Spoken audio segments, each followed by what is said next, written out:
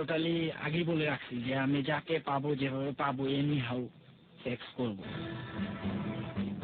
তো আমি রুমে ঢুকেই কোনো কিছু বুঝে ওঠার আগেই দরজাটা বন্ধ করে দিয়ে মেয়েটাকে জড়ায় ধরার চেষ্টা করি। মেয়েটা অনেক মানে মেরে ফেলবে এরকম কিছু, আমার গলা টিপে ধরতেছে বা আমাকে মাইর দিচ্ছে এরকম কিছু হচ্ছে। বাইরে থেকে বোঝা যাচ্ছে কিনা বুঝতে পারতেছিলাম না, রুমের ভিতরে প্রচন্ড শব্দ হচ্ছে, ধস্তাধস্তি যে শব্দটা। আমি তাকে বেডে ফেলতেছি, সে আমাকে ধাক্কা দিয়ে সরাই দিচ্ছে। এরকম অবস্থায় প্রথমে আমি তার অন্যটা খুলে ফেলে দিই।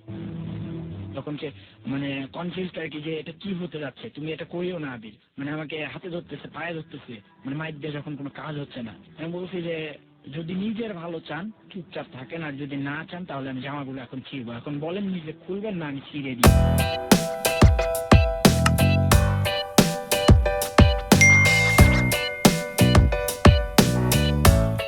এবং ফেসবুক হচ্ছে আমাদের বহুল প্রচলিত পদ্ধতি। আপনি চাইলে ফেসবুকের মাধ্যমেও আমাদের সঙ্গে যোগাযোগ করতে পারেন। আমাদের ফেসবুকের ঠিকানা www.facebook.com/ABC Radio FM 89.2। আমি আবারও বলছি www.facebook.com/ABC Radio FM 89.2। ওখানে যাবেন, যাওয়ার পরে আপনি লাইক দেবেন। লাইক দেওয়ার সঙ্গে সঙ্গে আপনি যাহা বলিব সত্য বলিবর মেম্বার এবং একই সাথে এবিসি রেডিওর ফ্যান পেজের মেম্বার হয়ে যাবেন। চলুন প্রথমে আমরা জেনে নিই আজকে কে সত্যের আসন আলোকিত করছে এবং কোন বন্ধুটি রয়েছে আমাদের সাথে।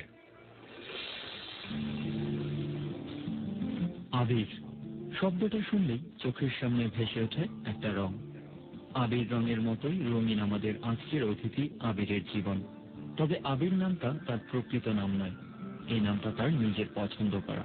কারণ আবির রংটাই যে আবিরের পছন্দ। আবিরের বেড়ে ওঠা গাইবান্ধার সুন্দরগঞ্জে। বাবা চাকুরিজীবী, মা গৃহিণী, সাজানো গোছানো ছোট পরিবার। ছোটবেলা থেকেই ছিলেন দুরন্ত আর বাউন্ডুলে স্বভাবের।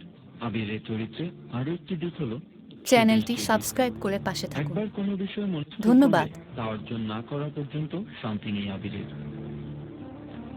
ভালোবাসেন নৌকা চালাতে, লেখাপড়ার চেয়ে খেলাধুলার প্রতি আগ্রহটা ছিল একটু বেশি। আবিরের সবচেয়ে প্রিয় খেলা ব্যাডমিন্টন। স্কুল পর্যায়ে বিভিন্ন প্রতিযোগিতায় অংশগ্রহণ করে পেয়েছেন বেশ কিছু পুরস্কার।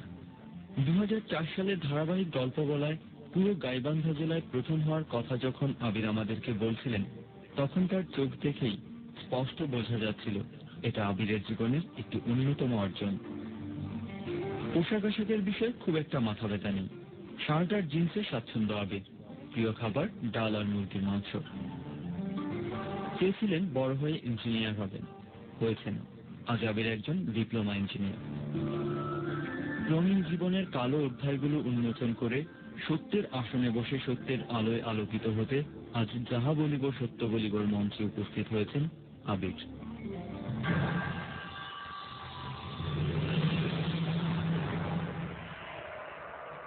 ওকে প্রিয় শ্রোতা, আমরা আবির সম্পর্কে জেনে নিলাম। আবির কি করতে পছন্দ করে, কি ধরনের ফিলোসফি নিয়ে সে বড় হচ্ছে, কি করতে তার ভালো লাগে, কি করতে তার ভালো লাগে না, সবকিছু আমরা জানলাম।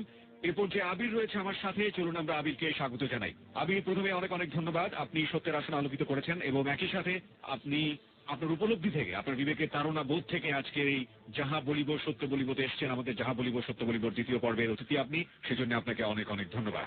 আপনাদেরকে অনেক ধন্যবাদ যে এবিসি রেডিও আসলে আমাকে সুযোগ করে দিচ্ছে আমার জীবনের সত্যি ঘটনাগুলো বলার। এই জন্য এবিসি রেডিওর প্রতি আমি কৃতজ্ঞ। আমাকে একটু বলেন যে এই ধরনের অনুষ্ঠানে আসা চ্যানেলটি সাবস্ক্রাইব করে পাশে থাকুন। অনুষ্ঠানে আসা ধন্যবাদ। অনেক বড় একটা সাহসের ব্যাপার। এই সাহসটা, এই চ্যালেঞ্জটা আপনি কেন নিলেন? আসলে আমি ছোটবেলা থেকেই অনেক সাহসী ছিলাম। সাহসী যদি না হতাম তাহলে হয়তো অপরাধ করতে পারতাম না। আর অপরাধ করাটা মানে যতটা সাহসের দরকার, এটা স্বীকার করা কিন্তু তার থেকেও বেশি সাহসের দরকার। তো এবিসি রেডিওর আমি অনেকগুলো প্রোগ্রাম শুনি, যেমন বর্ষার গল্প, তারপরে আলামিনের গল্প এবং আমাদের যাহা বলিব সত্য বলিব প্রথম পর্বের যে ভাই ছিল মাহি।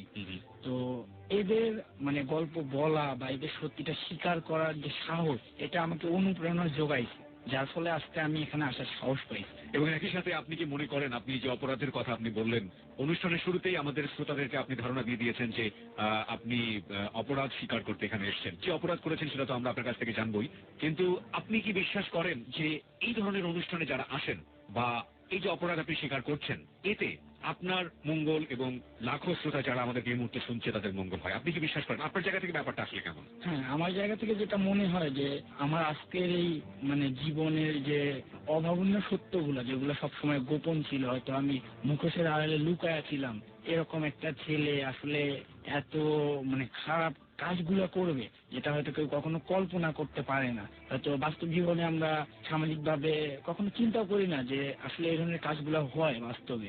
তো এই কাজগুলো আমার দ্বারা হয়েছে। তো এগুলো হওয়ার ফলে দেখা গেছে আমি এগুলা এই জন্যই বলতেছি যাতে পরবর্তীতে এই ধরনের চাপে কেউ না পড়ে বা আর কেউ আমার মতো এই পথে পা না বাড়ায়।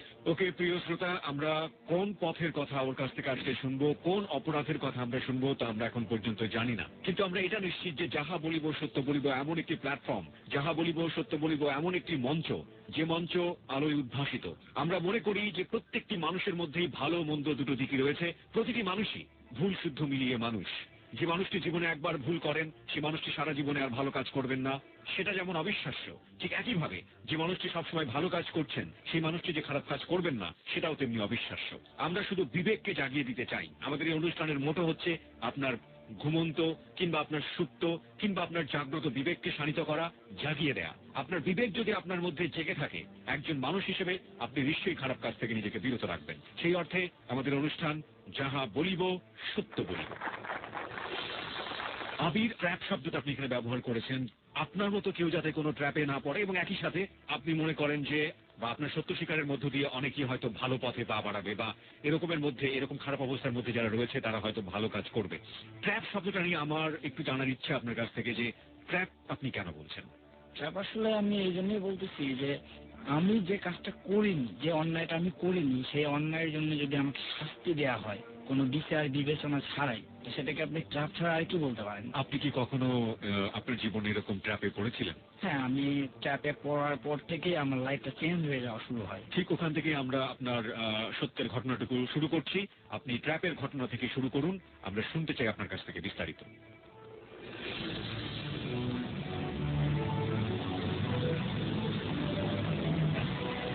আমি 2004 সালে জাতীয় শিশু কিশোর একাডেমি জেলা ফার্স্ট হয়ে ধারাবাহিক গল্প বলায়, তো সেই সময় আমার একটা মেয়েকে অনেক বেশি ভালো লাগে। সেই সময় আপনার বয়স কত ছিল?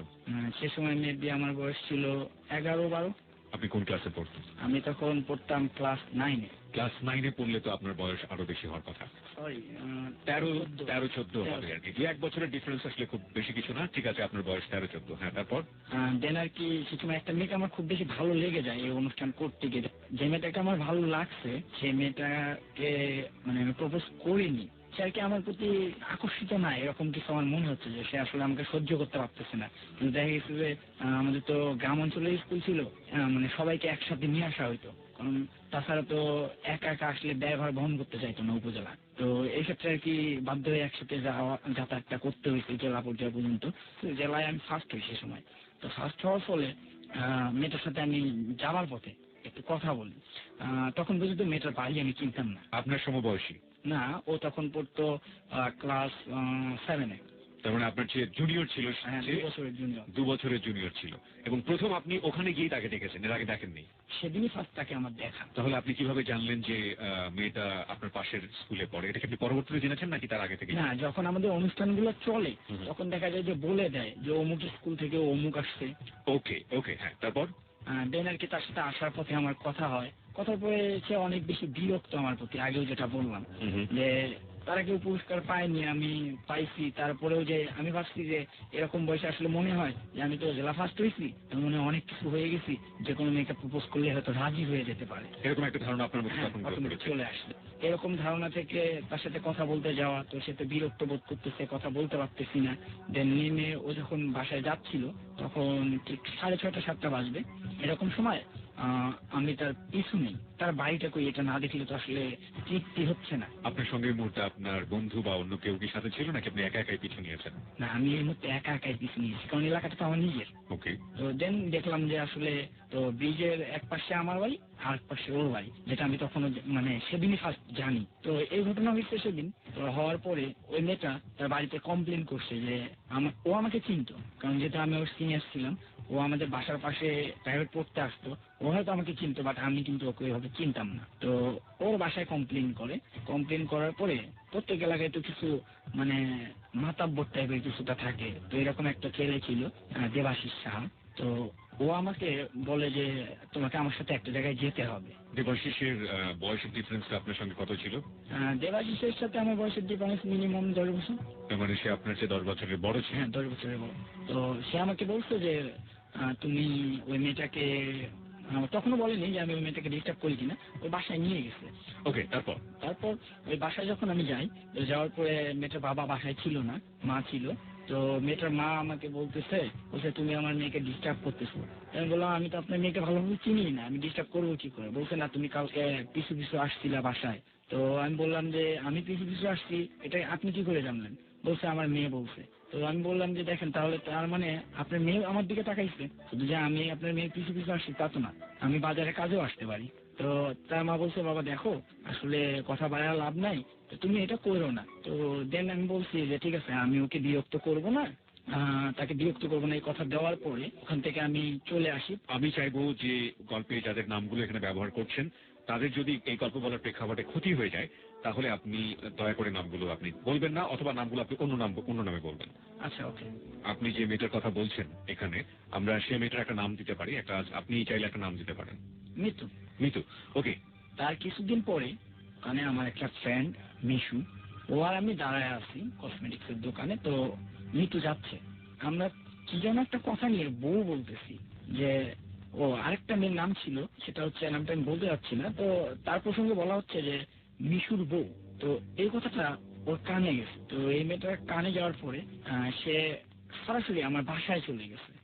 বাসায় গিয়ে আমার মাকে বলে দিছে, খাইতে বলবে এরকম সময় আমার মা আমাকে বলতেছে যে কি ব্যাপার, মানে ওই মেয়েটা আসছিল, তো তুমি নাকি তাকে রাস্তায় বউ বলছো, এটা তো ঠিক না, আমি তোমার কাছ থেকে এমন কিছু আশা করি না।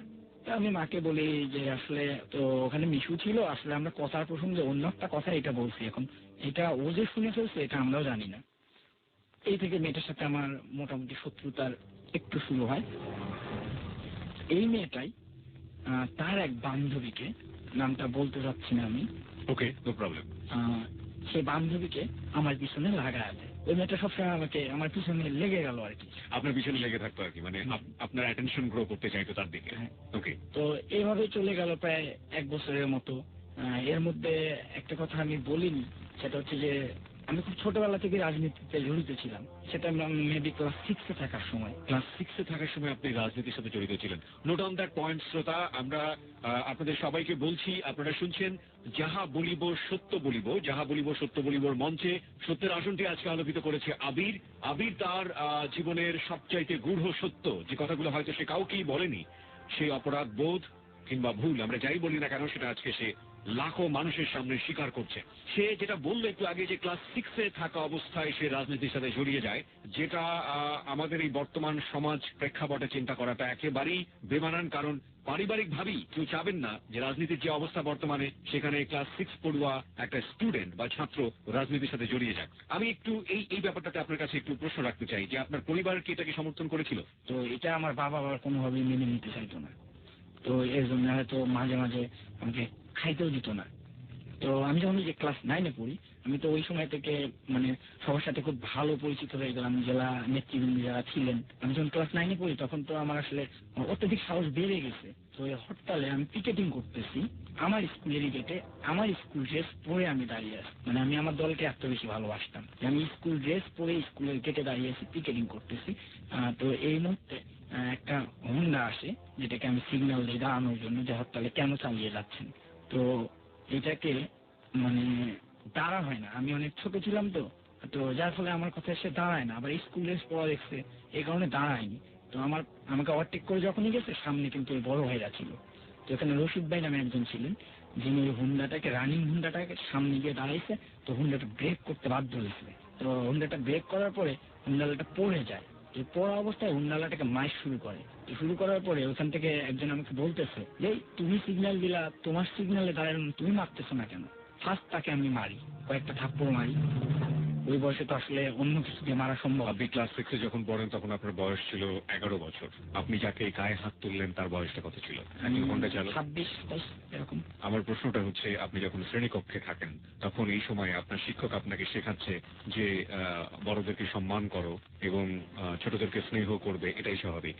কিন্তু আপনি স্কুলের গেটে দাঁড়িয়ে, আপনি যে দলেরই হন না কেন, আপনি যে রাজনীতি করলেন বা যে মূলমন্ত্র যেটাতে আপনি আসলেন, সেখানে আপনাকে একজন প্রশ্ন করছে যে আপনার সিগন্যাল মানলো না এবং সে কারণে, দেখুন আজকে আপনি যাহা বলিব সত্য বলবার মঞ্চে এসছেন, আপনি জীবনের সমস্ত ভুলগুলো আপনি স্বীকার করবেন, সেটা মেনেই আপনি এখানে এসছেন। সুতরাং এই প্রশ্নগুলো, আমার যে প্রশ্নগুলো সেগুলো আজকে শ্রোতাদের প্রশ্ন, আপনাকে ওই প্রশ্নের মুখোমুখি দাঁড় করাচ্ছি যে স্কুলের পাঠ্য বই যখন আপনি পড়ছেন, ক্লাসে যখন আপনি থাকছেন, তখন আপনাকে শেখানো হচ্ছে বড়দেরকে সম্মান করো, ছোটদেরকে স্নেহ করো।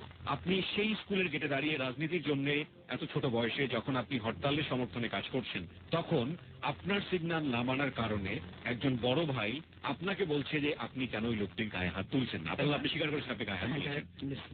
আপনার ওই মুহূর্তে বিবেকটা আসলে কি কাজ করেছে? না, ওই মুহূর্তে আমার যেটা বিবেক মনে হয়েছে যে আসলে আমার নেত্রী আরেকটু হলে তো মরেই যেত, তো এদেরকে তো ছাড়া যাবে না, এরা কেন মানতে পারছে না।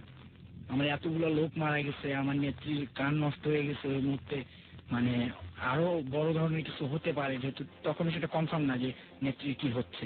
তো এই ক্ষেত্রে দেখা গেছে যে মানে আমি টোটালি এত বেশি আবেগপ্রবণ ছিলাম যেটা বলার মতো না, যে হরতালের বিপক্ষে কেউ কথা বললেই মানে তাকে খুন করবো, এরকম কিছু একটা চিন্তা ভাবনা ছিল। আর এই চিন্তা ভাবনা থেকেই মানে বড় ভাই যখন বলছে তুমি মারতেছো না কেন, তখন আমার মনে হচ্ছে হ্যাঁ আমি কেন মারতেছি না, ওরা যদি আমাদেরকে মারতে পারে আমরা কেন পারবো না, এই ইস্যু থেকে আমি তাকে মারটা দিই। ওকে, আপনার বিবেকটা এভাবেই কাজ করেছে সেই মুহূর্তে। আমাদের এই বিবেক বোধের জায়গা থেকে কাউকে কোনো মোটিভেট করার কোনো সুযোগ নেই, তার বিবেকটা এভাবেই কাজ করেছে এবং সেটা সে বিলিভ করে বলেই করেছে, সেটাকে সে আজকে এখানে রিভিল করেছে, আমরা সেটাই মেনে নিচ্ছি তার জায়গাটা থেকে। হ্যাঁ, তারপর সেখান থেকে আপনি রাজনীতির সাথে মোটামুটি জড়িত হয়ে গেলেন এবং আপনি যেটা বলছিলেন যে মিতুর বান্ধবীকে আপনাকে ফলো করার জন্য সবসময় বলা হয়েছে, সেটা চলছিল, সেই প্রসঙ্গে আমরা ছিলাম। তো চলুন সেখান থেকেই আবার জানতে চাই আপনার কাছে। তো ওই মেয়েটা আমাকে যখন ফলো করা শুরু করে, এভাবে কেটে যায় আমার একটা বছর।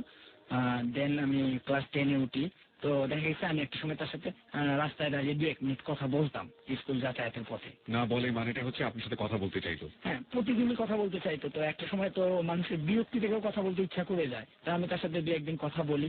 বলার পরে আসলে ক্লাস 10-এ তখন তো পড়াশোনার চাপ চলে আসে, পরীক্ষা শেষ হওয়ার পরে রেজাল্ট হয়নি, এর মতো অবস্থায় ঠিক ওই বান্ধবীটাই একদিন হুট করে মানে সকালবেলা স্কুলের কথা বলে বের হয়েছে। সে কোথায় গেছে এটা আমরা পরে জানছি, কিন্তু সে নাই।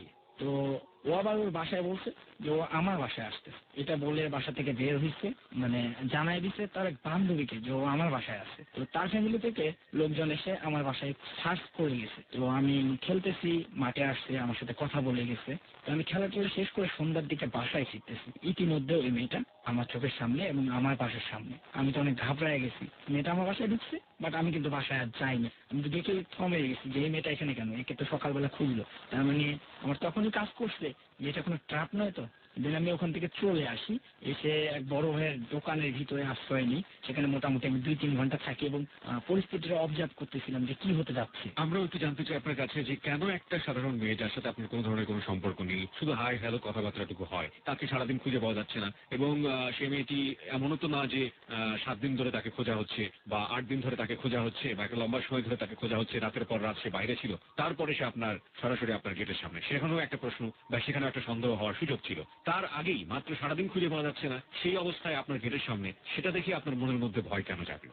ভয় লাগছে এই কারণে যে তার 2-3 দিন আগে ওর সবচেয়ে কাছের যে বান্ধবী, সেই বান্ধবীটা আমাদের এলাকার এক দোকানদারের সাথে বের হয়ে যায়, মানে ঠিক একই সিস্টেমে। সারাদিন খুঁজে পাওয়া যায় না, সন্ধ্যাবেলা দেখা গেছে ওই ছেলের বাসার সামনে ওই মেয়েটা যে দাঁড়ায় আছে, দেন আর কি সে ওই ছেলেকে বিয়ে না করলে সরবে না। তো এই যে ভয়টা, কাজটা কিন্তু 1 সপ্তাহের মধ্যে 2টা কাজই, মানে এটা এই ঘটনাটা আপনার মনের মধ্যে ভয়ের জন্ম দিয়েছে।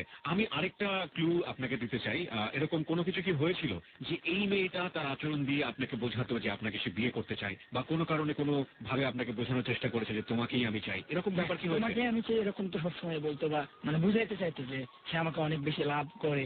আমি বলছি যে এগুলো আসলে আমারে বলে তো লাভ নাই, আমি তো তোমারে পছন্দ করি না, আমি পছন্দ করি মিতুরে, তোমার বান্ধবী।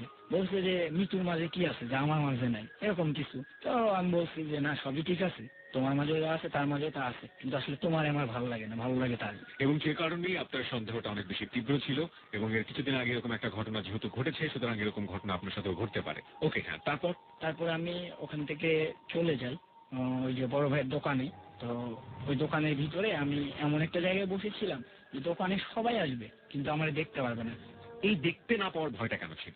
না, দেখতে না পাওয়ার ভয়টা এই জন্যই ছিল যে আমি তো আগেই বলছি যে এখানকার পরিবেশটা এমন ছিল যে কোনো ছেলের বাসায় কোনো মেয়ে গেলে দেখা যায় যে সবাই আর কি মানে ধান্দাবাজ টাইপের। আমাদের এলাকা আসলে প্রচুর ধান্দাবাজ টাইপের লোকজন ছিল। যে যেভাবে যাকে ট্রাকে ফেলানো যায় বা বাকে ফেলানো যেটাকে বলে এরকম ছিল। তো আমি আমার দিক থেকে সেফ থাকার জন্য যে আমি আপাতত 2-3 ঘন্টা দেখি যে পরিস্থিতি কোন দিকে যায়। তো তার মামা ছিল আমাদের ওয়ার্ড না, অন্য ওয়ার্ডের কমিশনার, ওটা পৌরের ভিতরে ছিল, তো কমিশনার ছিল, ওয়ার্ড কমিশনার। তো দেন তিনি আমাদের বাসায় যায়, আমার আব্বু তাকে ফোন করে যে তোমার ভাগ্নি তো এখানে আসছে, ও এসে মানে উল্টাপাল্টা কথা বলতেছে, আমার ছেলেকে বিয়ে করবে। ইতিমধ্যে মেয়েটা এগুলো বাসায় বলছে, যেটা আমি পরে জানছি। ওকে। তো তার মামা এসে তাকে নিয়ে যায়, নিয়ে যাওয়ার পরে একটা পৌর ভবনে বিচার দেওয়া হয় এরকম ওই ছেলেটা আমার ভাগ্নিটাকে এরকম সেক্স করছে, ও তো মনে হয় প্রেগনেন্ট হয়ে যাচ্ছে, এরকম কিছু বলা হয়েছে। কারণ আমি আপনাকে আগেই বলছি যে আমরা কেন জানি মনে হয়েছিল যে আমি ট্রাকে পড়তে পারি, কারণ ওই মেয়েটার বাবা ছিল না, এবং মেয়েটাকে যদি কোনোভাবে গড়ায় দেওয়া যেত, কারণ আমার বাবা সরকারি চাকরি করতেন কোনো, আর আমি যেহেতু একা, তো ওই চিন্তা ভাবনা থেকে তারা আর কি এই কথাটা পৌর ভবনে বিচার দেয়। তো দেন আর কি বিচার বসার পরে দেখা যায় যে টোটালি এটা মিথ্যা, যে মেয়েটার সাথে আমার কিছুই ছিল না।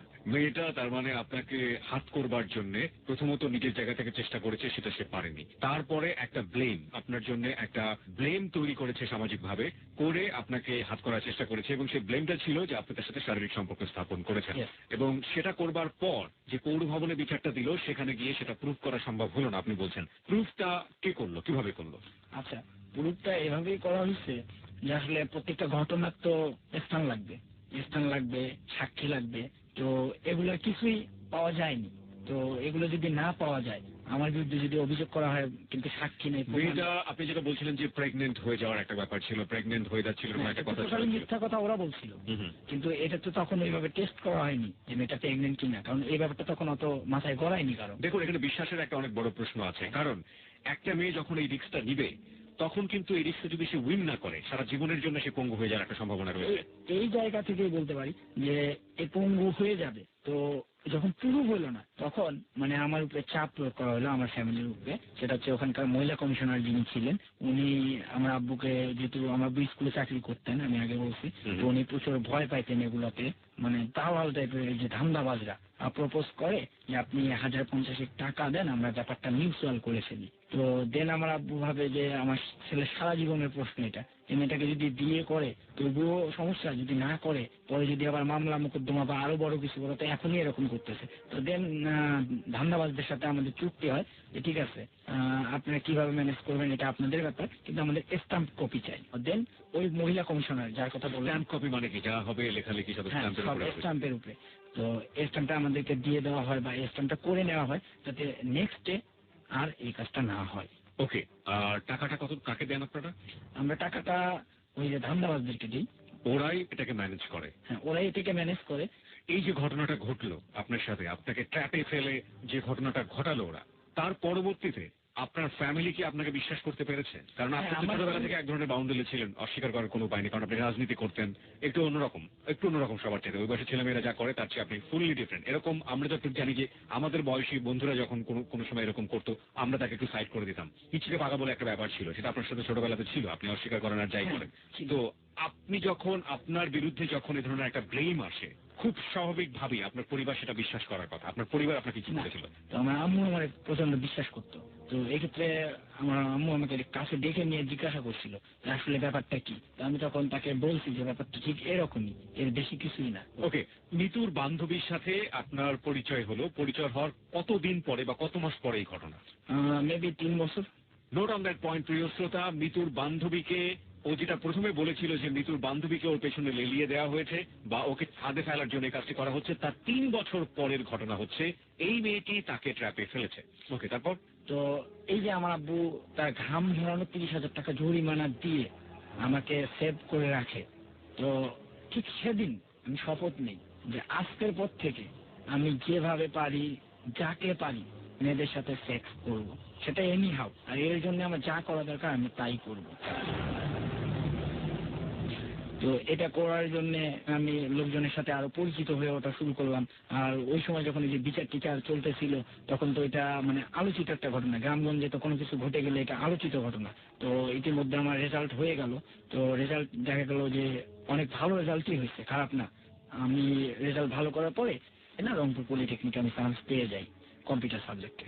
ফার্স্ট রংপুরে যাওয়ার পরে আমার তো পরিচিতি বাড়াইতে হবে। তো পরিচিতি বাড়ানোর জন্য আমি ওইখানে কারা বড় ভাই ছিল, যেমন একজন ক্যাডার ছিলেন লালাস নাম, উনি ওইখানে ইন্দ্রামন নামে একটা জায়গা আছে, আমি ওর পাশে থাকতাম। মোটামুটি ওই এলাকার সবাই ওনাকে খুব ভয় পাইতো। তো লালাস ভাই আমি ছত্র ছায়া যাওয়ার চেষ্টা করি আমি ফার্স্ট টাইম। এবং সে সময় আমার কলেজের ভিপি ছিল গালিব ভাই। তো আমি চেষ্টা করি তারও কাছে যাওয়ার। প্রবীণ ছিল যিনি সোহেল ভাই, ওনার কাছাকাছি যাওয়ার। মানে আমার আগে থেকেই চিন্তা ভাবনা যে আমি কারো ছত্র ছায়া যাবো এবং আমি আমার মানে ইচ্ছাটা পূরণ করবো যে মেয়ে মানুষদেরকে আমি নষ্ট করব। এবং আপনি এই ইচ্ছাটা পূরণ করে যাতে আপনি একটা ভালো শেল্টার পান, ভালো একটা আশ্রয় পান, সেই জন্য আপনি ওই এলাকার যারা প্রভাবশালী আছেন, কেউ মাস্তান, কেউ ধরেন রাজনীতিবিদ, তাদের ছত্রছায়ায় আপনি যাওয়ার চেষ্টা করছেন। চেষ্টা করতেছি। আচ্ছা, এই চেষ্টা করার ফাঁকে ফাঁকে আমার পড়াশোনা আস্তে আস্তে হচ্ছে। তো সবকিছুই ঠিকঠাক ভাবে চলতেছিল। তো মাস দুয়েক পর আমার প্রথম শিকার একটা মিস কল আসে আমার ফোনে। তো মিস কল আসার পরে আমি ফোন দেই। তো ফোন দেওয়ার পরে আমাকে বলা হয় যে এমনি মিস কল দিচ্ছি। আমি বললাম যে আপনি এমনি মিস কল কেন দিলেন? বলছে হ্যাঁ দিছি। আমি বলছি আপনি কি আমার সাথে সেক্স করবেন? আমি সরাসরি ফার্স্ট টাইম এই কথা বলছি, কারণ আমার মনের মধ্যে তো একটা জেদ চেপেই আছে। তো সে বলছে আপনি কি পারেন নাকি? তো মেয়েটাও খুব রসিক ছিল, এভাবে বলছে। আমি বলছি পারি কিনা সেটা আপনাকে দেখাই দিব। দেন মেয়েটার সাথে আমার কন্ট্যাক্ট মানে বন্ধ হয়ে যায় আড়াই 3 মিনিট কথা হওয়ার পরে। আপনি জিজ্ঞেস করেছিলেন যে মেয়েটিকে আপনি নাম্বারটি কিভাবে পেয়েছেন? না, এমনি বানায় দিছে, এটা জিজ্ঞাসা করছিলাম, বানায় দিছে। বিকাল 4:30টার পর থেকে তাকে ফোন দেওয়া শুরু করি। তখন তার পিছনে আমি প্রথম দিনই ব্যয় করি প্রায় 200 থেকে 250 টাকা ফোনে। দেন তার সাথে অনেক কথা বলি, সে কোথায় থাকে কি করে। তো দেখা যায় যে সে রংপুর থেকে 22 কিলোমিটার দূরে থাকে নিটাফগুন নামক একটা জায়গায়। তো মেয়েটির নাম হচ্ছে দিথি। ফোনটা হচ্ছে তার আন্টির। ও আর কি বলে যে না আসলে ফ্রেন্ডশিপ তো হওয়া সম্ভব না। তাই আমি বলছি ঠিক আছে আপনি আমার বড় আপু হয়ে যান, কারণ আমার ইচ্ছা যে আপু না হলে তো ওনার কাছে আমি আসতে পারতেছি না, আর কাছে না আসলে তো আমি কিছু করতে পারতেছি না। তো এই ইচ্ছা থেকে ওনাকে আমি দ্বিতীয় দিন বড় আপু বানায় ফেলি। এবং বড় আপু বানাই সেটা মোটামুটি 40 ঘন্টার মধ্যে তার সাথে ফোনে আমি কন্ট্যাক্ট করতেছি এভাবে, এবং কন্টিনিউ কথা বলে যাচ্ছি সবকিছু বাদ দিয়ে। ইভেন আমি আমার ক্লাস মিস দিয়ে তার সাথে কথা বলতেছি শুধু তাকে আমি নিয়ে আসবো বলে। তো এরকম অবস্থায় আমি 72 ঘন্টার মধ্যে তার সাথে দেখা করার একটা সুযোগ পেয়ে যাই। যেহেতু বড় আপু সে আমার হয়ে গেছে, তাকে অনেক রিকোয়েস্ট করার পরে সে দেখা করতে চায়। রংপুরে তখন বাণিজ্য মেলা চলতেছিল। বাণিজ্য মেলা দেখানোর কথা বলে তাকে আমি বলি যে আপু এখানে তো বাণিজ্য মেলা হচ্ছে, আপনি আসেন। তো বলছে ভাই আমি তো একা যেতে পারবো না। তো ঠিক আছে তুমি তো আমার ভাই হয়ে গেছো, তুমি আসো। উনি কি আপনার বয়সে আদৌ বড় ছিলেন? না, আদৌ বড় ছিলেন না, কিন্তু আপনি তাকে আমি তাকে আপু বানাইছি আমার নিজের স্বার্থে, ওকে, আমার স্বার্থ সিদ্ধির জন্য। তো ঠিক আছে আমি আসতেছি এই বলে আমি পরদিন সকালবেলা 8টার মধ্যেই মিঠাপুকুরে চলে যাই। তো ওখানে আলোকী স্টুডিও নামে একটা স্টুডিও ছিল, এখানে তার সাথে আমার ফার্স্ট মিট হয়। তো মিট হওয়ার পরে দেখি মেয়েটা সুন্দর, খারাপ না। তো আমি তাকে দেখে লুকাই। আমি টেম্পু যেগুলোকে বলে টেম্পুর পিছনে লুকায় থেকে আমি দেখি যে আসলে মেয়েটাকে, ফার্স্ট টাইম তো আমি তাকে চিনতাম না। তো দেখার পর মনে হচ্ছে যে মেয়েটা অনেক বেশি সুন্দর, ঠিক আছে ওকে। তো দেন আমি তাকে নিয়ে আসি যে বাণিজ্য মেলায় যাবো। তো বাণিজ্য মেলায় আসার পথে আমি সেই সময় থাকতাম কলেজ পাড়ায়, কারামিকেল কলেজের কলেজ পাড়ায়। তো দোকানে আমাদের হুসেন মোহাম্মদ এরশাদ সাহেবের বাড়ি আছে, ওই বাড়ির পাশে, পল্লী নিবাসের পাশে এবং হাইওয়ের পাশে কিন্তু। তো হাইওয়ে থেকে আমি ওই জায়গাটায় নামি ইচ্ছা করে যে আপু এদিক দিয়ে গেলে তাড়াতাড়ি হবে। তো ওই জায়গায় নামার পরে আমি পেট চেপে ধরি, বলছি কি হয়েছে তোমার? বলছে প্রচন্ড বাথরুম চাপ দিছে। তো বলছে বাথরুম চাপ দিছে তো কি করবা? তা বললাম যে বাথরুম তো সারতে হবে। বলতেছে এখানে খোলা জায়গা, বাড়ি ঘর আছে কিছু, তো এইখানে তুমি বাথরুম কই পাবা? মসজিদ টসিদ কিছু নাই। তো আমি বললাম যে ঠিক আছে এখানে আমার পরিচিত একটা বাসা আছে, ওই বাসায় যে আমি থাকতাম এটা উনি জানতেন না, মানে মেস আর কি। তো মেসটার বৈশিষ্ট্য ছিল এরকম, বৈশিষ্ট্য বলে রাখা ভালো যে সেই সময় কারমেকিল কলেজে ওই যে মারামারি হয় অনেক, হওয়ার পরে সবগুলো মেস খালি করে দেওয়া হয়। তো ওখানে 3টা মাত্র ব্যক্তি ছিল। একজন পাসপোর্ট অফিসে চাকরি করতেন, উনি চাকরিজীবী সূত্রে থাকতে পারতেন। আর আমি পলিটেকনিকে পড়তাম, এই জন্য কারমেকিলের এরিয়া থাকতে আমার কোনো প্রবলেম হয়নি, কারণ আমি ওই কলেজের স্টুডেন্ট না। আর আরেকজন থাকতেন উনি ব্যবসায়ী। তো ত্রিরত্ন, ম্যাচটির নাম ছিল ত্রিরত্ন। তো ওই ম্যাচে আমরা 3জনই থাকতাম। তো ওই ম্যাচে নিয়ে যাই, কারণ আমি জানি ব্যবসায়ী উনি চলে গেছে আর চাকরিজীবী উনিও চলে গেছে। তখন বাজে 10:30। আমাকে একটু নিঃশ্বাস নেবার সুযোগ দেন, কারণ আমরা জানি যে খুবই ভয়াবহ একটা অবস্থার মুখোমুখি হচ্ছে আমরা কিছুক্ষণের মধ্যে। আমার কিছু প্রশ্ন মাথায় চলে এসছে। প্রথম কথাটা হচ্ছে, আপনি মিঠাপুকুরে গেলেন মেয়েটার সাথে বাণিজ্য মেলায় নিয়ে যাওয়ার জন্য, দেখা করার জন্য।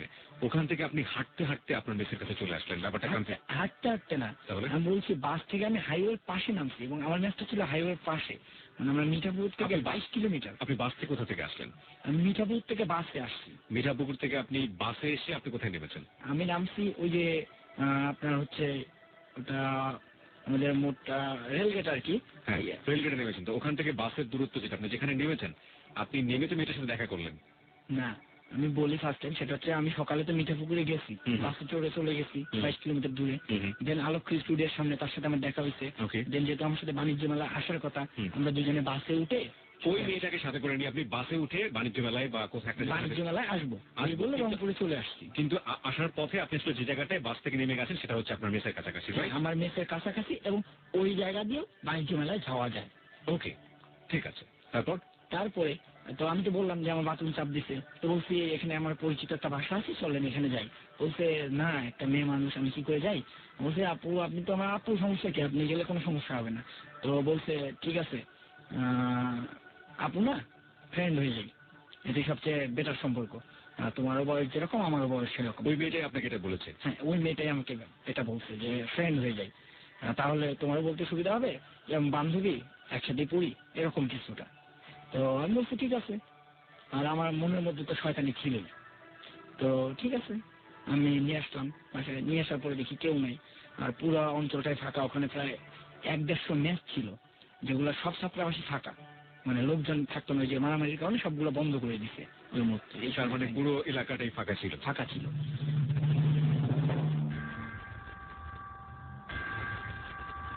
প্রিয় শ্রোতা, বিরতির ঘন্টা বেজে গেছে, তার মানে আমাদেরকে এই পর্যায়ে ছোট্ট একটা বিরতি নিতে হবে। আপনারা সবাই শুনছেন যাহা বলিব সত্য বলিব, যাহা বলিব সত্য বলিবর স্টেজ থেকে, যাহা বলিব সত্য বলিবর মঞ্চ থেকে। আবির তার জীবনের গূঢ় সত্য, তার জীবনের অপরাধ বোধ, তার জীবনের ভুলের কথাগুলো একের পর এক স্বীকার করছেন। সে আছে আজকে সত্যের চেয়ারে, এবং সে যে জায়গাটাতে দাঁড়িয়ে আছে সেই জায়গাটিতে আমরা বিরতির পর ফিরে আসতে চাই ছোট্ট একটা বিরতির সংবাদের জন্য। এই ফাঁকে আপনাদের সবাইকে বলে দেই, যাহা বলিব সত্য বলিব এবিসি রেডিওর একটি নতুন অনুষ্ঠান শুরু হয়েছে গত রবিবার থেকে। সেই অর্থে আজকে এটার দ্বিতীয় পর্ব। এই অনুষ্ঠানে যদি আপনি আপনার জীবনে ঘটে যাওয়া এমন কোনো অপরাধ বোধ, এমন কোনো ভুল যেটা প্রতি মুহূর্তে আপনাকে বিবেক দংশন করছে, এবং সেই দংশনের জ্বালা থেকে বের হয়ে যাওয়ার জন্য আপনি যদি স্বীকার করতে চান, সত্যের আলোয় নিজেকে তুলে ধরতে চান, তাহলে আসতে পারেন আমাদের এই অনুষ্ঠানে। আমাদের এই অনুষ্ঠানে আসার জন্য বেশ কয়েকটি নিয়ম রয়েছে। তার মধ্যে সবচাইতে প্রচলিত নিয়মটি হচ্ছে টেক্সট। আপনি চাইলে খুদে বার্তা পাঠাতে পারেন। আপনি যদি কনফিউজ করতে চান, তাহলে যেটা করবেন, প্রথমে লিখবেন আমাদের যাহা বলিব সত্য বলিব অনুষ্ঠানের সংক্ষিপ্ত রূপ JBSB। আবারও বলছি, JBSB space confess, CONFESS, confess লিখে আপনার নামটা লিখে পাঠিয়ে দেবেন 8920 নম্বরে। সপ্তাহের যে কোনো সময়, অনুষ্ঠান চলাকালীন সময় থেকে শুরু করে যে কোনো সময় আপনি এটা লিখতে পারেন। আমাদের যে টিম মেম্বার রয়েছে, আর যে সুমন, সাউন্ড এডিটর মঞ্জু এবং আরো টিম মেম্বার যারা রয়েছে, তারা আপনার সঙ্গে যোগাযোগ করবে। অর্থাৎ আপনাকে লিখতে হবে JBSB স্পেস কনফেস এবং পাঠিয়ে দিতে হবে 8920 নম্বরে। এছাড়া যিনি আজকে উপস্থিত আছেন সত্যের আসরে, সেই আবিরকে নিয়ে যদি আপনার কিছু বলার থাকে আপনি লিখতে পারেন। সেটার জন্য নিয়মটা হচ্ছে JBSB স্পেস আপনার যা বলার আছে, শেষের নাম, এরপর 8920 নম্বরে। প্রিয় শ্রোতা, যে সার্টিফিকেটটির কথাও প্রথমেই বলেছে, যেটি ওর অনেক বড় উৎসাহের কারণ এবং যেটা ওর মধ্যে একটা অন্যরকম একটা হিরোইজম জন্ম দিয়েছিল, সেই সার্টিফিকেটটিও পেয়েছিল ক্লাস 4-এ, এবং সার্টিফিকেটটি এই মুহূর্তে আমাদের হাতে রয়েছে। আমরা আমাদের অনুষ্ঠান চলাকালীন যে কোনো একটি সময় আমাদের ফেসবুকে এই সার্টিফিকেটের ছবিটি দিয়ে দিব। আমাদের ফেসবুকের ঠিকানা facebook.com/ABC Radio FM 89.2। আবারও বলছি, www.facebook.com/ABC Radio FM 89.2। ওখানে যাবেন, যাওয়ার পরে আপনি লাইক দেবেন। লাইক দেওয়ার সঙ্গে সঙ্গে আপনি এবিসি রেডিওর মূল ফ্যান পেজের মেম্বার হয়ে যাবেন, এবং একই সাথে যাহা বলিব সত্য বলিবরও মেম্বার হয়ে যাবেন। আরো দুটো মাধ্যম রয়েছে আমাদের সাথে যোগাযোগ করার জন্য। একটি হচ্ছে ইমেইল। ইমেইলের ঠিকানা হচ্ছে jbsb8920@gmail.com। আমি আবারও বলছি, jbsb8920@gmail.com। এবং আরেকটি পদ্ধতি, সেটি হচ্ছে চিঠি। আপনি চাইলে আমাদেরকে চিঠি লিখেও কনফেস করতে পারেন। দূর দূরান্ত থেকে, দেশ বিদেশের যে যেখান থেকে শুনছেন, আমরা জানি যে আমাদের অনুষ্ঠানে সবারই আসা সম্ভব নয়, সে কারণে আপনি চাইলে চিঠি লিখতে পারেন। আমাদেরকে চিঠি লেখার ঠিকানা হচ্ছে যাহা বলিব সত্য বলিব, ABC radio FM 89.2, 99 Kazi Nazrul Islam avenue, Dhaka trade centre, Karwan Bazar, Dhaka. আমি আবারও বলছি, যাহা বলিব সত্য বলিব, ABC radio FM 89.2, 99 Dhaka trade centre, Kazi Nazrul Islam avenue, Karwan Bazar, Dhaka. সংবাদের বিরতি, একটু পরেই ফিরছি।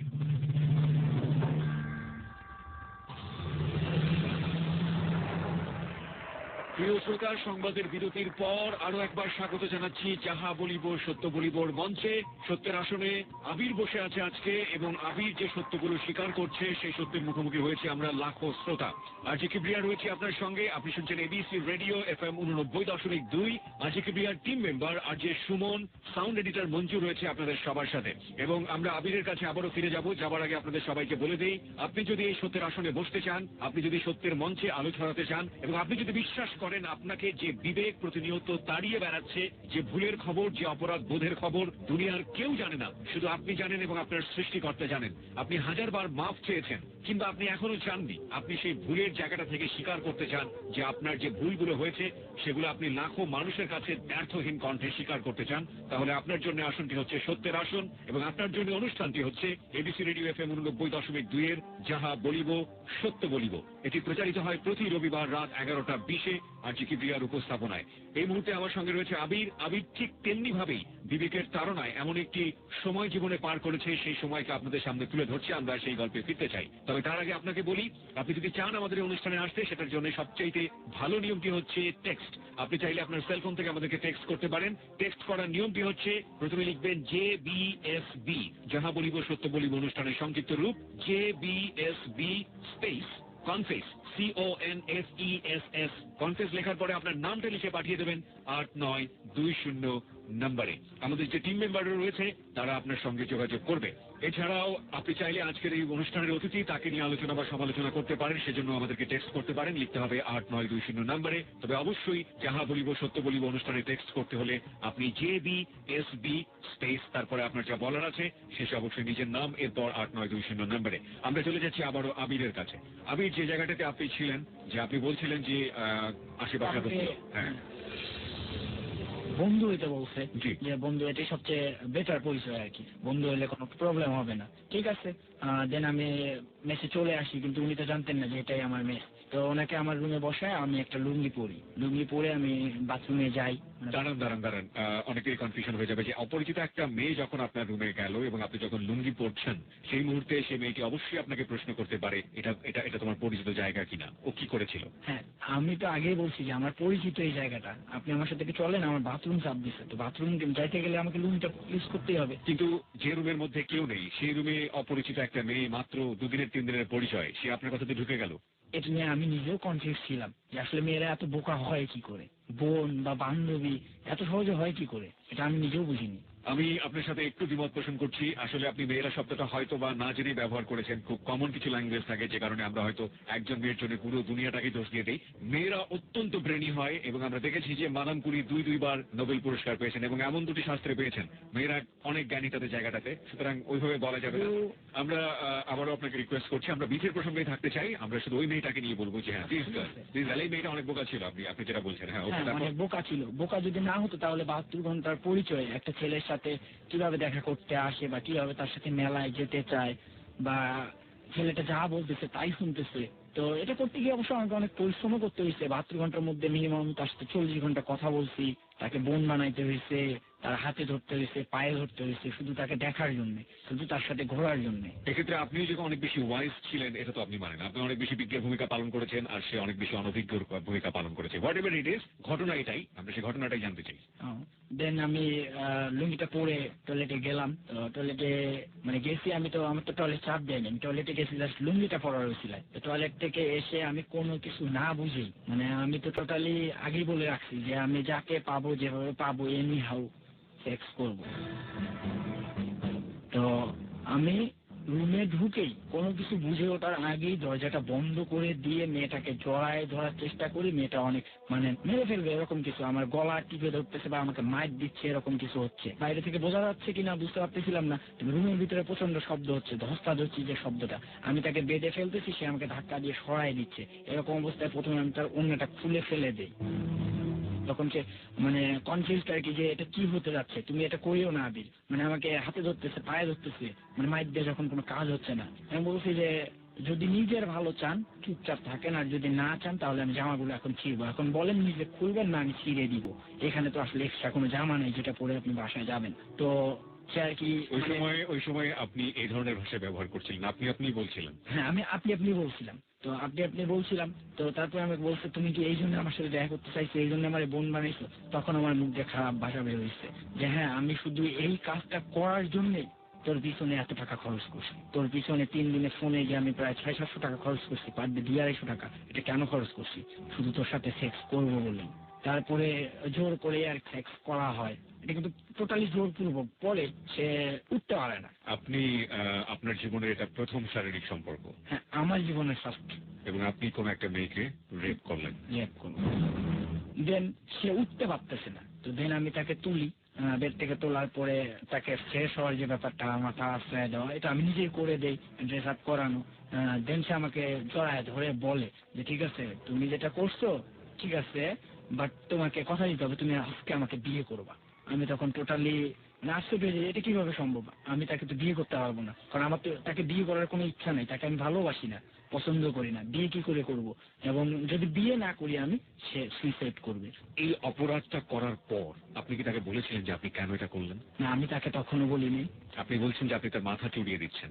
ওই মুহূর্তে আপনার যদি মেয়েটার প্রতি প্রচন্ড ঘেন্নাই থাকবে, বা মেয়ে জাতি বা যাই বলি না কেন, যদি ঘেন্নাই থাকবে, তাহলে তো এই আচরণগুলো আপনার কাছ থেকে আসার কথা না। আমি তো বললাম যে আমি আসলে যে অন্যায়গুলো করছিলাম সবগুলোই আমি বাহিরে এত বেশি ভালো একটা ছেলের সাথে চেষ্টা করতাম যে ও যে আমার ফ্রেন্ড হিসেবে গেছে, আবার যেন সে একই অবস্থায় ফিরে আসে, যে যাতে কেউ বুঝতে না পারে মেয়েটার সাথে কিছু হয়েছে। আপনার বাবা সরকারি চাকরিজীবী ছিলেন, আপনার বাবা এত টাকা আপনাকে এফোর্ড করতে পারতেন না? না আমি এত টাকা আমার বাবা আমাকে দিত না, কিন্তু আমি যে বললাম টেররদের সাথে মেশার চিন্তা ভাবনা করছিলাম। এখান থেকে পাসপোর্ট অফিসের নিয়ন্ত্রণ আমরা নিয়ে নিই একটা সময়।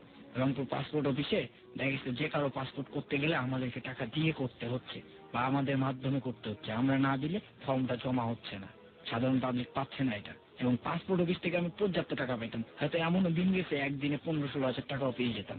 আপনি এই টাকাটা ব্যয় করতেন কিসের উপরে? আমি এই টাকাটা টোটালি ব্যয় করতাম ফোন, সিগারেট, আড্ডা দেয়া, বন্ধু বান্ধবের পেছনে ব্যয় করা। টোটালি বন্ধু বান্ধবের পিছনে। ঠিক আছে, come to the point again. আপনি মেয়েটার কথা বলছিলেন, মাথা চুরিয়ে দিচ্ছেন। হ্যাঁ, তারপর? মাথা জড়িয়ে দিলাম। তো বললো ঠিক আছে তোমাকে আমি বিয়ে করব, তো বিয়ে তো এখানে করা সম্ভব না। বলছে হ্যাঁ আমিও তোমাকে সেটা বলতে যাচ্ছিলাম যে যা হয়েছে একটা ভুল তো হয়ে গেছে। তো সে আর কি আমাকে বললো যে ঠিক আছে তুমি তাহলে এখন আমার সাথে আমার বাসায় চলো।